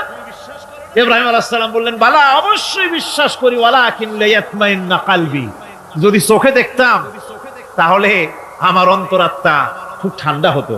আল্লাহ রাব্বুল আলামিন চোখে দেখায় দিলেন জিন্দা কেমনে মুর্দা হবে, মুর্দা কেমনে জিন্দা হবে, আল্লাহ দেখায় দিলেন। পাহাড় উড়ায় দিবেন আল্লাহ রাব্বুল আলামিন। একথা কলিজার মধ্যে এটার উপর ঈমান, বিশ্বাস, কিন্তু আল্লাহ চোখে দেখাইছেন, ঈমান আরো মজবুত হয়েছে, যা ছিল আরো মজবুত হয়েছে। সুবহানাল্লাহ। আল্লাহর ভয়তে কলিজা কেঁপেছে। আমি পাহাড়ের উপরে কেঁদেছি, যার যার হয়ে কেঁদেছি। বন্ধুগণ, আল্লাহ সুবহানাহু ওয়া তাআলা এই জন্য বলেছেন, কুল সিরু ফিল আরদ, আমার জমিন ঘোরো, ভালো করে দেখো, কাইফা কানা আকিবাতুল মুকাজ্জিবিন, মহাসত্যকে যারা অস্বীকার করেছে তাদের পরিণতি আমি কি করে দিয়েছি, এগুলি চোখে ভালো করে তাকায় দেখো। আমার বন্ধুগণ, সুতরাং এই পৃথিবীর অবসান হবে, এই পৃথিবী ধ্বংস হবে, এই পৃথিবী চূড়ান্ত ভাবে শেষ হয়ে যাবে। ও হ্যাঁ, আরেকটি কথা বলতে হয়, সেটা হচ্ছে যে এই রোম থেকে আর একটু দূরে 900 মাইল দূরে হচ্ছে সিসিলি। 900 মাইল দূরে। সেখানে এই সিসিলি মুসলমানেরা শাসন করেছিল 350 বছর। সেই সিসিলিতে রয়েছে 360টা মসজিদ মুসলমানদের করা। সমস্ত মসজিদগুলি আজ তালা বন্ধ, একটা মসজিদও খোলা নাই। সেখানকার মুসলমানেরা ওয়াজ শুনতে এসেছিল রোমে। আমি তাদের জন্য পরামর্শ দিয়েছি যে গভর্নমেন্টের কাছে তোমরা দাবি জানাও যে অন্তত একটা মসজিদের দরজা আমাদের জন্য খুলে দাও। রোমের অবস্থানরত প্রবাসী বাংলাদেশি মুসলমানেরা আমাকে বলেছে, তাদের অনেকের বাড়ি চট্টগ্রামেও আছে, আমাকে বলেছে তাদের চোখে পানি আসছে বলার সময় যে চিরঙের তাফসীর মাহফিল যখন আসে কলজেটা কাঁদতে থাকে যাওয়ার জন্য। তো যাওয়া তো সম্ভব না এত দূর থেকে, আমাদের সালাম বলে দিবেন যত লোক আসবে, আর আমাদের জন্য দোয়া করতে বলবেন যেন এই রোমের ভিতরে আমরা ইসলামের আদর্শের ভিত্তিতে আমরা যেন চলতে পারি। আপনারা দোয়া করুন তাদের জন্য। ভাইরা আমার, এই পৃথিবী একদিন পরিসমাপ্তি ঘটবে এবং আল্লাহর দরবারে আমাদেরকে উঠতে হবে এবং সেখানে আমাদের বিচার হবে। সেখানে আমাদের কি হবে? বিচার হবে। আল্লাহ পাক বিচারটাকে নির্ভুল করার জন্য, সঠিক করার জন্য প্রত্যেকের গলায় আমলনামা ঝুলায় রাখছে। এখানে রেকর্ডের ব্যবস্থা করা হয়েছে। আল্লাহ পাক বলছেন, ওয়া কুল্লা ইনসানিন আলজামনাহু তাইরাহু ফি উনুকিহি ওয়া নুখরিজু লাহু ইয়াওমাল কিয়ামাতি কিতাবান ইয়ালকাহু মানশুরা। আল্লাহ পাক বলেন, প্রত্যেকের ভালো মন্দ কর্মফল, কর্মলিপি আমি তার গলায় ঝুলায় রেখেছি। কিয়ামতের দিন সে নিজের কাছে স্পষ্ট সব দেখতে পারবে, কোনো জিনিস বাদ পড়বে না। তার গলায় তার আমলনামা ঝুলানো আছে, সব রেকর্ড হতেছে। আমরা যা করছি সবগুলি রেকর্ড হয়ে যাচ্ছে। বর্তমান বিজ্ঞানীরা আবিষ্কার করেছে যে মানুষের শরীরের ভিতরে ডিএনএ আছে, রক্তের ভিতরে ডিএনএ। এটা একটা কোড। মানুষের রক্তের ভিতরে ডিএনএ আছে। যেমন তার ব্রেনের ভিতরে কতগুলি কোষ আছে, এক একটা কোষ এক এক ধরনের কাজ করে, অনুরূপ ভাবে তার শরীরের ভিতরে রক্তের ভিতরে ডিএনএ আছে। এই ডিএনএটা কি? এই ডিএনএটা হচ্ছে, এই ডিএনএ একটা কম্পিউটারের মতো কাজ করতেছে। লোকটা কি করবে, কোথায় যাবে, সে ভালো হবে মন্দ হবে কি হবে, সব তার ডিএনএ এর মধ্যে রেকর্ডকৃত আছে। এটা বোঝার জন্য একটা সুন্দর দৃষ্টান্ত দেওয়া যায়। যেমন এই কাগজটাকে আপনারা মনে করুন একটা গাড়ির একটা ব্লুপ্রিন্ট, একটা গাড়ির ব্লুপ্রিন্ট। এখানে লেখা আছে গাড়ি কিভাবে তৈরি হবে। এই কাগজটা নিয়ে ঘরের মধ্যে রেখে দিলেন। এখন এই কাগজটা থেকেই অটোমেটিক গাড়ির উইন্ডো তৈরি হলো, শিল তৈরি হলো, গাড়ির বডি তৈরি হলো, চেসিস তৈরি হলো, টায়ার তৈরি হলো, ইঞ্জিন তৈরি হলো, ব্যাটারি তৈরি হলো, পেট্রোল নিল, আর কোন রকমের ড্রাইভার ছাড়াই গাড়ি চলতে আরম্ভ করলো। এই কথাটা যদি মনের মাথার মধ্যে আনতে পারেন যে এটা কিভাবে হইতে পারে, এতে লেখা অনুযায়ী যেভাবে হওয়া যদি সম্ভব হয়, অনুরূপ ভাবে মানুষের রক্তের ভিতরে ডিএনএ এরা আবিষ্কার করেছে। এর ভিতরে মানুষের ভালো মন্দ, কোথায় যাবে কি করবে, সবকিছুর মধ্যে রয়েছে। কোরআনে কারিমে আল্লাহ রাব্বুল আলামিন, আমি গত বছরও বলছিলাম যে বিজ্ঞানের আবিষ্কার যত বাড়বে কোরআন বোঝা মানুষের জন্য তত সহজ হবে। কোন সুবহানাল্লাহ। কোরআন বোঝা মানুষের জন্য তত সহজ হবে। সুতরাং মানুষের গলার সাথে আল্লাহ পাক বলছেন যে একটা আমলনামা আমি ঝুলাই দিয়েছি তার গলার সাথে। সে যা করতেছে ওখানে সব লিপিবদ্ধ হচ্ছে, কম্পিউটারাইজড, কম্পিউটারের মতো এগুলি সব গ্রহণ করতেছে। এগুলি কিয়ামতের দিন তার সামনে হাজির করা হবে। কিয়ামতে যখন আমলনামা তার সামনে দিয়ে বলা হবে, ইকরা কিতাবাকা কাফা বিনাফসিকাল ইয়াওমা আলাইকা হাসিবা। তাকে বলা হবে নিজের কর্মলিপি নিজেই পড়ো, আজ তুমি তোমার নিজের হিসাব নিতে যথেষ্ট। বন্ধুগণ, এই মাহফিলে যত লোক আমরা বসে আছি, আমরা আমাদের হিসাব নিতে যথেষ্ট না আরেকজন লাগবে? কোন আমরা যথেষ্ট কি না? কথা বোঝেন নাই। আমি বলতে চেয়েছি এটা, আমরা যদি এখন চোখ বুঝে চিন্তা করি যে পিছনের জীবনে কি করেছি, মনে পড়বে নাকি পড়বে না?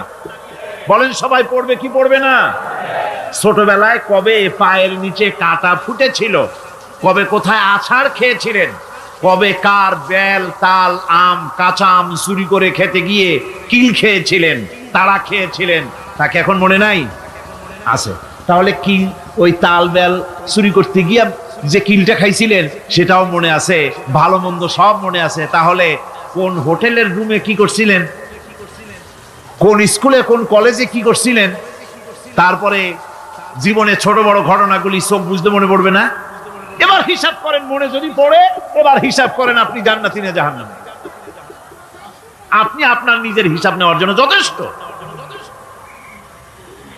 তাকে হিসাব করতে বলা হবে, তোমার হিসাব, তোমার নিজের হিসাব নেওয়ার জন্য তুমি যথেষ্ট, তোমার হিসাব তুমি নিজেই করো, এটা পড়ো। আর সেই কিয়ামতের দিন কোনো সাহায্যকারী মিলবে না। লান তানফাকুম আরহামুকুম ওয়ালা আওলাদুকুম ইয়াউমাল কিয়ামাহ। লান তানফা, কিয়ামতের দিন কোনো ফায়দা হবে না, অবশ্যই কোনো ফায়দা হবে না, কোনো উপকারে আসবে না। কিয়ামতের দিন তোমার সন্তান, তোমার স্ত্রী, তোমার মাল, তোমার সম্পদ কোনো উপকারে আসবে না কিয়ামতের ময়দানে। সেদিন সব তোমার সাথে বিচ্ছ করবে, সব পালায় যাবে। সেখানে উৎকোষেরও কোনো কারবার নাই যে ঘুষ টুস দিয়া, ফেরেশতাদের কোনো রকম বুঝবাজ দিয়া, আলাদা কোনো চোরাগলি পথ দিয়া একেবারে ফুট করে ভেসতে চলে যাবেন, এমন কোনো সুযোগ নাই। অনেকে বলে হুজুর এমন কিছু দোয়া শিখায় দেন যাতে ওই সব জেহাদ বোমা এগুলি খুব ভয় পাই, ওসব রাস্তা টাস্তা না, খুব সহজে কিছু দোয়া দুরূদ করিয়া আস্তে করে জান্নাতে চলে যাওয়া যায়, এরকম একটা দোয়া, এরকম একটা পথ বলে দেন। আমি বলি ভাই, এরকমের কোন চোরাগলি আমার রাসূল আবিষ্কার করতে পারেন নাই। আল্লাহর পয়গম্বরের ওই ধরনের কোন পথ আবিষ্কার করতে পারেন নাই। সেখানে কিয়ামতের দিন কাউকে উৎকোষ গ্রহণ করার কেউ নাই, উৎকোষ দেওয়া যাবে না। আর উৎকোষ দিবি নেবা কি, আপনার কাছে কিছু নাইও, থাকলেও নেওয়ার কেউ নাই।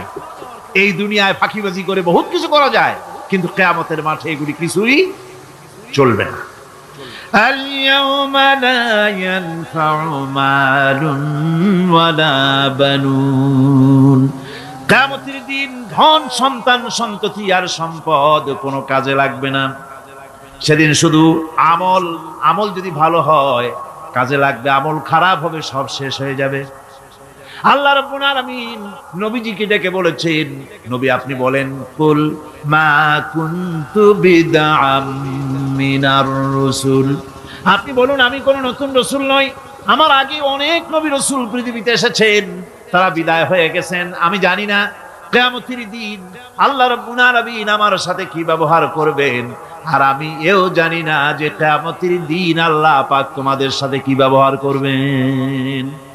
এই আয়াত নাযিল হওয়ার পর আল্লাহর হাবিব তার মেয়েকে ডাকলেন, জামাইকে ডাকলেন, নাতিদেরকে ডাকলেন, আহলে বাইতদেরকে ডাকলেন, আর বললেন, ও আমার মেয়ে, কলিজার টুকরা ফাতেমা গো শোনো, কেবলমাত্র আয়াত নাযিল হয়ে গেল, আল্লাহ পাক আমাকে শুনাইছেন কিয়ামতের দিন আমি জানি না আমার সঙ্গে কি ব্যবহার করা হবে, আর এও জানি না যে তোমাদের সাথে কি ব্যবহার করা হবে।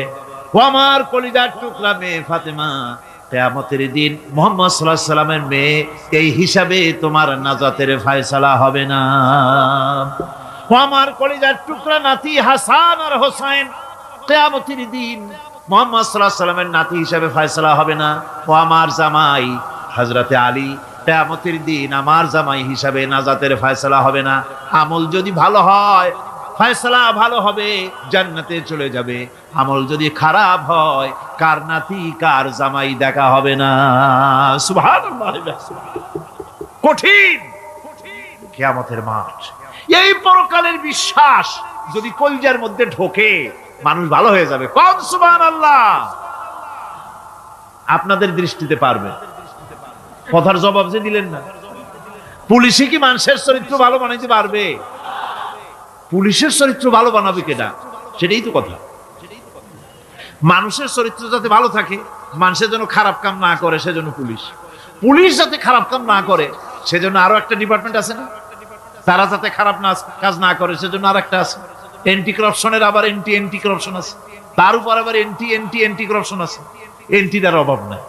সুতরাং পুলিশ দিয়া, বিডিআর দিয়া, আর্মি দিয়া মানুষের, দেশের, জাতির চরিত্র ভালো বানানো যায় না। রাসূলুল্লাহ এ দিয়ে বানান না, এটা ইসলামের নিয়ম নয়। পুলিশ দিয়া, আর্মি দিয়া দেশের মানুষের চরিত্র ভালো বানানো যায় না। চরিত্র ভালো বানানো যায় কেবলমাত্র পরকালের ভয় দিয়া। কি কিসের ভয় দিয়া? ওই যে মক্কার জীবনে ওই সমস্ত মানুষগুলি যারা চুরি করত, ডাকাতি করত, জেনা করত, বদমাশি করত, যারা শয়তানি করত, যারা মানুষকে খুন করত, এই মানুষগুলি এত ভালো হয়ে গেল, যারা চুরি ছেড়ে দিল, ডাকাতি ছেড়ে দিল, জেনা ব্যভিচার ছেড়ে দিল, এত ভালো হয়ে গেল, পৃথিবীর মধ্যে সেরা মানুষ তারা হয়ে গেলেন। জোরে বলেন সুবহানাল্লাহ। নবীর সাহাবীরা পৃথিবীর শ্রেষ্ঠ সন্তান, নবীর সাহাবীরা পৃথিবীর সেরা মানুষ, তাদের চাইতে সেরা মানুষ নবীদের পরে আর কেউ হতে পারে না। জোরে কোন সুবহানাল্লাহ। নবীর পরে পৃথিবীতে শ্রেষ্ঠ মানুষ কারা? সাহাবায়ে কেরাম রিদওয়ানুল্লাহ তাআলা আলাইহিম আজমাইন। ওনারা তো কুফরের মধ্যে ছিলেন, শিরকের মধ্যে ছিলেন, চুরি, ডাকাতি, জেনা, ব্যভিচার এমন কোন পাপ নাই যা করা হয়নি। তারপরে যখন আল্লাহর নবীর কাছ থেকে তাওহীদ, রিসালাত ও আখিরাতের দাওয়াত পেলেন, কি সোনার মানুষ এক একজন হয়ে গেলেন। সুবহানাল্লাহ। যারা ছিলেন নারীর সতীত্বের জম, তারা হয়ে গেলেন নারীর সতীত্বের পাহারাদার। যারা মানুষের মাল চুরি করত, ডাকাতি করত, তারা রাতভর মানুষের মালের পাহারা দিল, মানুষের রক্তের পাহারা দিল। সুবহানাল্লাহ বিহামদি। রক্ত সম্পদের পাহারা দিল। রাসূল বললেন, খায়রুল কুরুনে কারনি, সর্বশ্রেষ্ঠ যুগ তো আমার যুগ। বন্ধুগণ, এরপরে একটা জীবন আসবে ওই কিয়ামতের ময়দানে। এই পরকালের বিশ্বাসটা গুরুত্বপূর্ণ ব্যাপার। আমাদের সব কিছুর হিসাব দেওয়া লাগবে। আল্লাহ পাক বলেন, ইন্নাস সামআ ওয়াল বাসারা ওয়াল ফুআদা কুল্লু উলাইকা আনহু মাসউলা। নিঃসন্দেহে মানুষের শ্রবণ শক্তি, দর্শন শক্তি এবং তার অন্তঃকরণের কল্পনা সম্পর্কে আল্লাহ রাব্বুল আলামিনের কাছে জিজ্ঞাসিত হতে হবে। কান দিয়া কি করেছিলা, চোখ দিয়া কি করেছিলা, মুখ দিয়া কি করেছিলে, হাত দিয়ে কি করেছিলে, সবকিছুর জবাব আল্লাহ রাব্বুল আলামিনের কাছে দিতে হবে। সবটার জবাব দিতে হবে, কোনো কিছু বাদ যাবে না। এমনকি মনের ভিতরে যে কল্পনা আমরা করি, এই কল্পনার হিসাবও আল্লাহর দরবারে দিতে হবে। কোরআনে কারীম বলছেন, ওয়া ইন তুবদু মা ফি আনফুসিকুম আও তুখফুহু ইউহাসিবকুম বিহিল্লাহ। মনের ভিতরে তুমি যেটা কল্পনা করো সেটা প্রকাশ করো, অথবা তুমি গোপন রাখো, যাই তুমি করো না কেন, আল্লাহ রাব্বুল আলামিন এর হিসাবও তোমার কাছে নেবেন। ফায়াগফিরু লিমান ইয়াশাউ ওয়া ইউআযযিবু মান ইয়াশাউ ওয়াল্লাহু আলা কুল্লি শাইইন কাদির। মহান আল্লাহ পাক বলেন, করার পর তোমার মনের ভিতরে কি কল্পনা করেছিলে ওইটার হিসাব আমি নেব। হিসাব নেওয়ার পর যারে খুশি ক্ষমা করে দেব, যাকে খুশি শাস্তি প্রদান করব। সবকিছুর উপরে আল্লাহ রাব্বুল আলামিন শক্তিমান, সব তিনি করতে পারেন, সমস্ত কুদরত রয়েছে তার।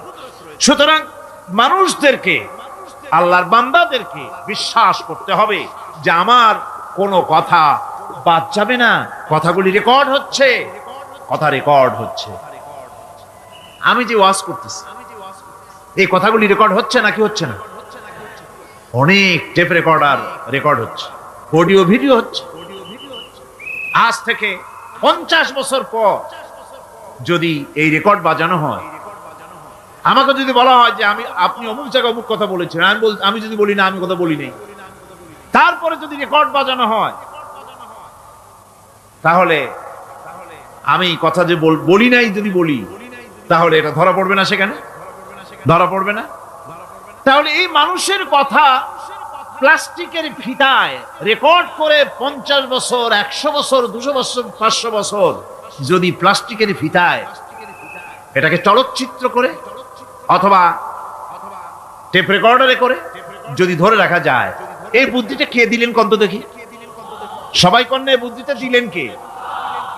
যে আল্লাহ রাব্বুল আলামিন মানুষের মাথায় বুদ্ধি দিলেন, যার দ্বারা সে মানুষের কথাবার্তা অ্যাক্টিভিটি সব ধরে রাখতে পারে, সে আল্লাহ রাব্বুল আলামিন বুঝি আপনার আমার কথা এবং আপনার আমার অ্যাক্টিভিটিসকে তিনি বুঝি ধরে রাখতে পারবেন না কিয়ামত পর্যন্ত? পারবেন কি না? সেজন্য রব্বুল আলামিন বলেন, মা ইয়ালফিযু মিন কাওলিন ইল্লা লাদাইহি রাকীবুন আতীদ। সমস্ত কথা রেকর্ড হচ্ছে। সুবহানাল্লাহ কোন জোরে! সমস্ত কথা রেকর্ড হচ্ছে, একটা কথাও বাদ যাবে না। মুখ আছে বলেই কথা বলবেন তা না, হিসাব করে কথা বলতে হবে। গীবত গাওয়া যাবে না, মিথ্যা কথা বলা যাবে না, মিথ্যা ওয়াদা করা যাবে না। মিথ্যা ওয়াদার তো মৌসুম এসে গেছে। কি কোন বোঝেন কথা? হ্যাঁ, মিথ্যা ওয়াদার মৌসুম এসে গেছে। এখন মৌসুমে বাহার, মিথ্যা বলার। কত সুন্দর সুন্দর ওয়াদা, সোনা দিয়া রাস্তা বানায় দেবো। অভুক্ত মানুষদের বলা হয় না খেয়ে মরবেন না, কিন্তু কি খেয়ে মরবে তাও কয়। আমরা যদি যাইতে পারি তাহলে মটকির মতো রসগোল্লা বানাই, গরুর গাড়ির চাকার মতো জিলাপি বানাই, খাইতে গিয়ে হা করে চিত হয়ে থাকবে। কত রঙিন রঙিন কথা। মিথ্যা ওয়াদার সময় এসেছে। ভাইরা আমার, পরকাল যদি বিশ্বাস করে সেই ব্যক্তি কিছুতেই মুখ আছে বলেই যা খুশি বলবে না, পরনিন্দা করবে না, পরচর্চা করবে না, হাত আছে বলেই যা তা লিখবে না। ঘটনা হইল একটা, লিখলো আর একটা। কলম একটা আছে বলেই যা খুশি তা লেখা যায় না, মুখ আছে বলেই যা খুশি তা বলা যায় না, চোখ আছে বলেই যা খুশি তা দেখা যায় না। গরু খাওয়া জায়েজ করা হয়েছে বলে গরুর লেজ থেকে মাথা পর্যন্ত পাইকারি দরে সব খাওয়া যায় না। গরু খাওয়া হারাম না হালাল? হালাল। পাইকারি দরে লেজ থেকে মাথা পর্যন্ত সব খাওয়া হালাল না। ওর মধ্যে আল্লাহ কিছু হারাম রেখে দিছে, সেগুলোকে বাইসে খাইতে হবে। আল্লাহ দেখতে চান পাইকারি দরে জমের খাওয়া খাও না আমার হারাম গুলি বাদ দিয়া খাও, নিষেধ করা গুলি বাদ দিয়া খাও। মুখ আছে বলেই যা খুশি তা বলা যাবে না, কান আছে বলেই যা খুশি তা শোনা যাবে না, চোখ আছে বলেই যা খুশি তা দেখা যাবে না, হাত পা আছে বলেই যা খুশি তা করা যাবে না। সবটার পেছনে আল্লাহ রাব্বুল আলামিনকে ভয় করা লাগবে। মহান আল্লাহ রাব্বুল আলামিন বলে, বান্দারে তোমার সমস্ত কার্যাবলী এমনকি তোমার চাহনিটা পর্যন্ত কার দিকে কি নিয়তে তাকায়ছো কেউ জানে না, আমি আল্লাহ রাব্বুল আলামিন জানি। وَيَعْلَمُ خَائِنَةَ الْأَعْيُنِ وَمَا تُخْفِي الصُّدُورُ। তোমার অন্তঃকরণ কি জিনিস গোপন করে আর তোমার চক্ষু কি লুকোচুরি খেলে আমি টের পাই। সুবহানাল্লাহ বিহামদি। চশমার ফাঁক দিয়া কি দেখো, কারে দেখো, কি নজরে দেখো, সানগ্লাস পরিয়া কেউ ঠিক পায় না, আমি ঠিক পাই। সুবহানাল্লাহ, জোরে কোন সুবহানাল্লাহ। সুতরাং চোখের নজরের হিসাব হবে, হাতের কাজের হিসাব হবে, পায়ের চলার হিসাব হবে, আপনার বলার হিসাব হবে, মুখে যা বলেছেন, যা করেছেন, হাত পাও দিয়ে যা করেছেন সবকিছুর হিসাব হবে কিয়ামতের দিন।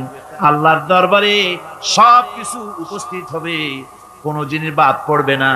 فَمَن يَعْمَلْ مِثْقَالَ ذَرَّةٍ خَيْرًا يَرَهُ وَمَن يَعْمَلْ مِثْقَالَ ذَرَّةٍ شَرًّا يَرَهُ। ছোট্ট একটা ভালো কাজ যদি করো তাও হাজির করা হবে সামান্যতম ভালো কাজও তোমার বাদ পড়বে না, আর ক্ষুদ্রতম কোন খারাপ কাজ করলে তাও উপস্থিত করা হবে সব তোমার সামনে, কোন জিনিস বাদ পড়বে না, সব দেখতে পাবে কিয়ামতের দিন। ভালো কাজটাও আর খারাপ কাজটাও আল্লাহর কাছে সেদিন আল্লাহ পাক মানুষের সামনে উপস্থিত করে দিবেন। আল্লাহ পাক বলছেন, সেদিন এই জমিন তার ভিতরে যা লুকায়িত ছিল জমিন সব বের করে দেবে। কাআন্নাহুম জারাদুম মুনতাশির। টিড্ডি ফড়িংগুলি পোকাগুলি মাটির থেকে যেমন বেরোয়, এ মাটির ভিতরে যা আছে কিয়ামতের দিন সব মাটি বের করে দেবে। ইযা যুলজিলাতিল আরদু জিলজালাহা ওয়া আখরাজাতিল আরদু আসকালাহা ওয়া ক্বালাল ইনসানু মা লাহা। এ জমিনকে ঝাঁকি মারা হবে প্রবল এক ঝাঁকুনি, প্রবল এক ঝাঁকুনিতে এই পৃথিবীর মধ্যে যা কিছু আছে সব বেরিয়ে যাবে। সুবহানাল্লাহ কইতে ইচ্ছা করে না মিয়ারা? এক ঝাঁকুনিতে পৃথিবী সব বের করে দেবে। মানুষ হয়রান হয়ে বলবে কি হয়েছে, এ মাটির হলোটা কি? আমার বন্ধুগণ, মানুষ হয়রান হয়ে গিয়ে বলবে মাটির কি হলো? আল্লাহ রাব্বুল আলামিন বলেন ইয়াউমাইযিন তুহাদ্দিসু আখবারাহা বিআন্না রাব্বাকা আওহালাহা। জমিনের উপরে যা ঘটেছে জমিন তা সব বের করে দেবে, সব প্রকাশ করে দেবে। আর এটা এই জন্য হবে যেহেতু তার রবের হুকুম হয়েছে, তার রব হুকুম করেছে বের করে দে। জমিনের ভিতরে আছে যা সব বেরিয়ে যাবে, আকাশ ভেঙে পড়বে, পাহাড় উড়ে যাবে, জমিনের ভিতরে যা আছে সব উপরে চলে আসবে, পৃথিবীতে সব শেষ, কিচ্ছু নাই, আকাশ নাই, পাহাড় নাই, সমুদ্র নাই, সব একাকার, চন্দ্র নাই, সূর্য নাই, তারকা নাই, গ্যালাক্সি নাই, মহাশূন্য নাই, সব শেষ। আল্লাহ রাব্বুল আলামিন সমস্ত ফেরেশতাদেরকে শেষ করে দিবেন, সকলের মওত হয়ে যাবে, কেউ আর থাকবে না। এমনকি হযরতে আজরাইল মালাকুল মউত তিনিও থাকবেন না, সব আল্লাহ রাব্বুল আলামিন মৃত্যু করে দিবেন। এরপরে আল্লাহ রাব্বুল আলামিন একা তিনি বলবেন ইয়া দুনিয়া, ইয়া দুনিয়া আইনা আনহারুকি, এ পৃথিবী তোর সেই সমুদ্রগুলো কোথায়, নদীগুলি কোথায়? ইয়া দুনিয়া আইনা আশজারুকি, হে দুনিয়া তোমার গাছগুলি কোথায়? এত বন বনানি, এত গাছ ছিল। ইয়া দুনিয়া আইনা জিবালুকি, হে পৃথিবী তোর জমিনে যত পাহাড় ছিল পাহাড়গুলি কই? যত স্বৈরাচার ছিল জমিনের উপরে, যারা স্বৈরাচারী মনোবৃত্তি নিয়ে মানুষ ধ্বংস করেছে, দেশ ধ্বংস করেছে, মায়ের বুক খালি করেছে, ওই স্বৈরাচারগুলি কই? কোনো জবাব নাই। আল্লাহ পাক এর পরে বলবেন লিমানিল মুলকুল ইয়াউম, কার রাজত্ব? আজকে রাজত্বটা কার? আল্লাহ তিনবার আওয়াজ দিবেন, আজকে রাজত্ব কার? আল্লাহ পাক যখন তিনবার করে ডাক দিবেন, কোনো জবাব নাই, কোনো জবাব নাই। কে জবাব দেবে? আল্লাহ রাব্বুল আলামিনের সামনে কার ক্ষমতা আছে কথা বলার? কেউ তো নাই, সব শেষ। আল্লাহ পাক বলবেন লিল্লাহিল ওয়াহিদুল কাহ্হার, একমাত্র পরাক্রমশালী আল্লাহ রাব্বুল আলামিনের রাজত্ব আছে। সেই হাসরের মাঠে আমাদের সকলকে উপস্থিত হয়ে যেতে হবে। কেউ আমরা এখান থেকে বাঁচতে পারবো না, সবাইকে উঠতে হবে। অপরাধীরা সেখানে অসহায় হয়ে যাবে, অপরাধীরা অসহায় হয়ে যাবে। আল্লাহ পাক বলেন ফাইযা জাআতিস সাখাতু ইয়াওমা ইয়াফিরুল মারউ মিন আখিহি ওয়া উম্মিহি ওয়া আবিহি ওয়া সাহিবাতিহি ওয়া বানি। অবশেষে যখন কান ফাটানো আওয়াজ আসবে, এই আওয়াজ সেদিন মানুষ নিজের মা বাপ ভাই বোন সব থেকে বিচ্ছিন্ন হয়ে যাবে, সব একের থেকে আরেকজন পালায় যাবে, হারায় যাবে, কেউ কাউকে আর খুঁজে পাবে না। সেদিন ওই কিয়ামতের মাঠে বিভীষিকাময় দৃশ্য, মানুষ হয়রান হয়ে যাবে। মাথার এক হাত অথবা অর্ধ মাইল অথবা এক বিগত এতটুকুন উপরে ওই প্রকাণ্ড সূর্যটার তাপ আসবে, গুনাহগারের মাথার চান্দি ফেটে গিয়া মগজগুলি গলে গলে নাক কান দিয়ে বেয়ে পড়তে লাগবে, জিহ্বাটা কুকুরের মতো ঝুলে নাভিস্থল পর্যন্ত পড়ে যাবে, মাটিটা সূর্যের উত্তাপে তামার মতো গরম হয়ে যাবে, সারা হাসর জুড়ে আওয়াজ হবে পানি পানি পানি। মানুষেরা হয়রান হয়ে যাবে। সেই হাসরের ময়দানে এই চরম কষ্টের ভিতরে আল্লাহ রাব্বুল আলামিন বলেন, সেদিন দুটো ভাগ হয়ে যাবে। একদল মানুষের চেহারা আলোয় ঝলমল হয়ে যাবে, আর একদল মানুষের চেহারাগুলি কালো হয়ে যাবে। উজুহু ইয়াউমাইদিন মুসফিরাতুন দাহিকাতুন মুস্তাবশিরা ওয়া উজুহু ইয়াউমাইদিন আলাইহা গাবারা। আল্লাহ পাক বলেন, এক শ্রেণীর মানুষের চেহারা হাস্যোজ্জ্বল ঝলমলে হয়ে যাবে, আর এক শ্রেণীর মানুষের চেহারাগুলি কালো হয়ে যাবে। তারহাকুহা কাতারা উলাইকা হুমুল কাফারাতুল ফাজারা। হাস্যোজ্জ্বল, স্বচ্ছন্দপূর্ণ, সুন্দর, উজ্জ্বল ঝলমলে চেহারা হবে ঈমান আনার কারণে, পরকালকে বিশ্বাস করার কারণে, আল্লাহ এবং রাসূলের কথা অনুযায়ী জীবন যাপনের কারণে চেহারাটা উজ্জ্বল হয়ে যাবে। আর আল্লাহর নাফরমানি, রাসূলের নাফরমানি, পরকালকে অস্বীকার করার কারণে কাফেরগুলির চেহারা, মুনাফিকগুলির চেহারা কালো হয়ে যাবে। তাদেরকে আলাদা করে দেওয়া হবে। আমতাজুল ইয়াওমা আইয়ুহাল মুজরিমুন, মুজরিমদেরকে আলাদা করে দেওয়া হবে, দুইটা ভাগ হয়ে যাবে। এই চরম অবস্থা সৃষ্টি হবে কিয়ামতের ময়দানে। সেদিন রাসূল করিম সাল্লাল্লাহু আলাইহি ওয়াসাল্লাম উম্মতের জন্য সুপারিশ করবেন। সেই সুপারিশ যেন আমাদের করতে পারেন, সেজন্য আমাদেরকে তৈরি করতে হবে, সে ধরনের যোগ্য আমাদেরকে বানাতে হবে।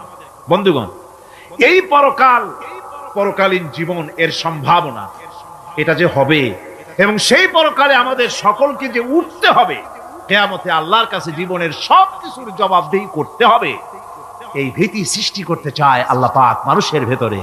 আল্লাহ পাকের চাইতে মানুষের কল্যাণকামী আর কেউ আছে? চিল্লায় কোন আল্লাহর চাইতে, বিশ্ববাসীর সৃষ্টি জগতের কল্যাণকামী আল্লাহর চাইতে, রাসূলের চাইতে বেশি কেউ কি আছে? সে আল্লাহ পাক সব বলে দিলেন, ওপেন সিক্রেট করে দিলেন, সব গোপন ফাঁস করে দিলেন। কেমনে বিচার হবে, কেমনে কিয়ামত অনুষ্ঠিত হবে, কেমনে কি হবে, সব খুলে খুলে আল্লাহ পাক বলে দিলেন আমাদেরকে ভালো হওয়ার জন্য। কোরআনে কারীম বলছে, লাইসাল বিররা আন তুওয়াল্লু বুজুহাকুম কিবালাল মাশরিকি ওয়াল মাগরিব। পূর্ব পশ্চিমে মাথা ঘুরানো, সার নত করা, মাথা ঘুরানো, মুখ ঘুরানো, এটাই কিন্তু সৎ কাজ এবং পুণ্যবান হওয়ার, সৎ কাজ করার, নেককার হওয়ার জন্য যথেষ্ট নয়, বরং ওয়ালাকিন্নাল বিররা মান আমানা বিল্লাহি ওয়াল ইয়াউমিল আখির। প্রকৃতপক্ষে সৎকারী মুমিন, ভালো কাজ করা, প্রকৃত মুমিন, সত্যিকারের ভালো মানুষ, সত্যিকারের ইমানদার হওয়ার জন্য 10টি কাজ লাগবে। কয়টি কাজ? 10টি কাজ লাগবে। সেই 10টি কাজের একটি কাজ গত বছর আপনাদের খেদমতে আরজ করা হয়েছে, 2টি বলা হয়েছে, বাকি আজকে বললাম আর একটা, হয়ে গেল 3টা। বাকি আছে কয়টা? 7টা। বাকি আছে আরো 7টা। পরকাল ভিত্তিক জীবনযাপন যদি করতে পারি, তাহলে আমরা হব দুনিয়ার শ্রেষ্ঠ মানুষ। কোন আলহামদুলিল্লাহ। وسخر لكم ما في السماوات وما في الأرض। এই পৃথিবীতে যা কিছু তোমরা দেখতে পাও, এই সব কিছুকে তোমার অনুগত করে দেওয়া হয়েছে, যাতে করে তোমার সাহায্য করতে পারে, তোমার সহযোগিতা করতে পারে। এজন্য আমি সবকিছুকে সৃষ্টি করেছি। সাখারা শব্দের অর্থ হচ্ছে যে আমি সবগুলিকে তোমাদের অনুগত করে দিয়েছি, যাতে করে তোমাদের অনুগত থাকে, অর্থাৎ তোমরা তাদের এই সমস্ত জিনিস দিয়ে তোমরা কাজ নিতে পারো। পানির উপর দিয়ে তোমরা যেন নৌকা চালাতে পারো, স্টিমার চালাতে পারো, পানি অনুগত করা হয়েছে, বাতাসকে অনুগত করা হয়েছে, পৃথিবীর সব কিছুকেই আমি অনুগত করে দিয়েছি তোমাদের, যাতে করে তার দ্বারা তোমরা কাজ নিতে পারো। অন্যত্র আল্লাহ বলছেন, আল্লাহুল্লাযী খালাকাস সামাওয়াতি ওয়াল আরদা ওয়া আনজালা মিনাস সামাই মাআন فأخرج به من الثمرات رزقا لكم আল্লাহ হচ্ছেন তিনি, আল্লাহ রাব্বুল আলামিন হচ্ছেন তিনি যিনি আকাশ সৃষ্টি করেছেন, যিনি জমিন সৃষ্টি করেছেন এবং ঊর্ধ্বদেশ থেকে মেঘমালা থেকে তোমাদের জন্য বৃষ্টি বর্ষণ করেছেন এবং সেই বৃষ্টি দিয়ে মাটির ভিতর থেকে ফসল উদ্গত করে তোমাদের খাবারের বন্দোবস্ত করেছেন। তিনি হচ্ছেন আল্লাহ পাক। তার দয়া জায়গায় ছড়িয়ে আছে, তার দয়া নাই, রহমত নাই, এমন কোন সৃষ্টি নাই। মানুষের জন্য যা কিছু প্রয়োজন তিনি তার দয়া দিয়ে, রহমত দিয়ে তিনি তা সৃষ্টি করে দিয়েছেন। আল্লাহ পাক বলছেন ওয়াসাখখারা লাকুমুশ শামসা ওয়াল কামারা দাইবিনা ওয়াসাখখারা লাকুমুল লাইলা ওয়ান নাহার, যিনি চন্দ্র সূর্যকে সৃষ্টি করেছেন এবং এগুলিকে নিয়ন্ত্রিত করেছেন, চাঁদ সূর্যকে সৃষ্টি করে নিয়ন্ত্রিত করে দিয়েছেন, তোমাদের সমস্ত প্রয়োজন তিনি মিটিয়ে দিয়েছেন। দেখুন, চাঁদ এবং সূর্যকে আল্লাহ পাক সৃষ্টি করেছেন এবং একটা রহমত, একটা কুদরত সেই চাঁদ সূর্যের মধ্যে দান করেছেন। সূর্য যেখানে আছে, এটা যদি আল্লাহর দয়া না থাকতো, শুধু তাপ দেওয়ার জন্য সৃষ্টি করতেন আর মানুষের কল্যাণের দিকটা যদি চিন্তা না করতেন তাহলে সমস্যা হয়ে যেত। সূর্য যেখানে আছে, বিজ্ঞানীরা বলেছেন তার থেকে যদি কিছু নিচে নেমে আসতো তাহলে গোটা পৃথিবী জ্বলে পুড়ে ভস্ম হয়ে যেত। আর যেখানে আছে তার থেকে সূর্য যদি কিছু উপরে উঠে যেত তাহলে গোটা পৃথিবী হিম শীতল হয়ে, পৃথিবী ফ্রিজ হয়ে যেত, মানুষ প্রাণী জগৎ মরে সব শেষ হয়ে যেত। চাঁদ যেখানে আছে, এই চাঁদ তার জায়গা থেকে কিছু উপরে যদি উঠতো তাহলে পৃথিবী মরুভূমি হয়ে যেত। আর যেখানে আছে তার থেকে কিছু নিচে যদি আসতো তাহলে গোটা পৃথিবী পানি, সমুদ্রের পানি, নদীর পানিগুলি প্লাবিত হয়ে, ওভারফ্লো হয়ে, উচ্ছ্বসিত হয়ে গোটা পৃথিবীকে প্লাবিত করে দিত, ডুবাই দিত, সব শেষ হয়ে যেত। তাহলে আমরা দেখতে পাচ্ছি শুধু সৃষ্টি নয়, সৃষ্টিও করেছেন এবং প্রত্যেকটি সৃষ্টির পেছনে তার দয়া কাজ করেছে, তার কুদরত কাজ করেছে, যাতে করে মানুষের জন্য সুবিধা হয়, মানুষের জন্য উপকার হয়। অন্য আয়াতে আল্লাহ পাক বলেন وآتاكم من كل سألتموه وإن تعدوا نعمة الله لا تحصوها। আল্লাহ পাক বলেন তিনি তোমাদের প্রতি এত দয়াবান,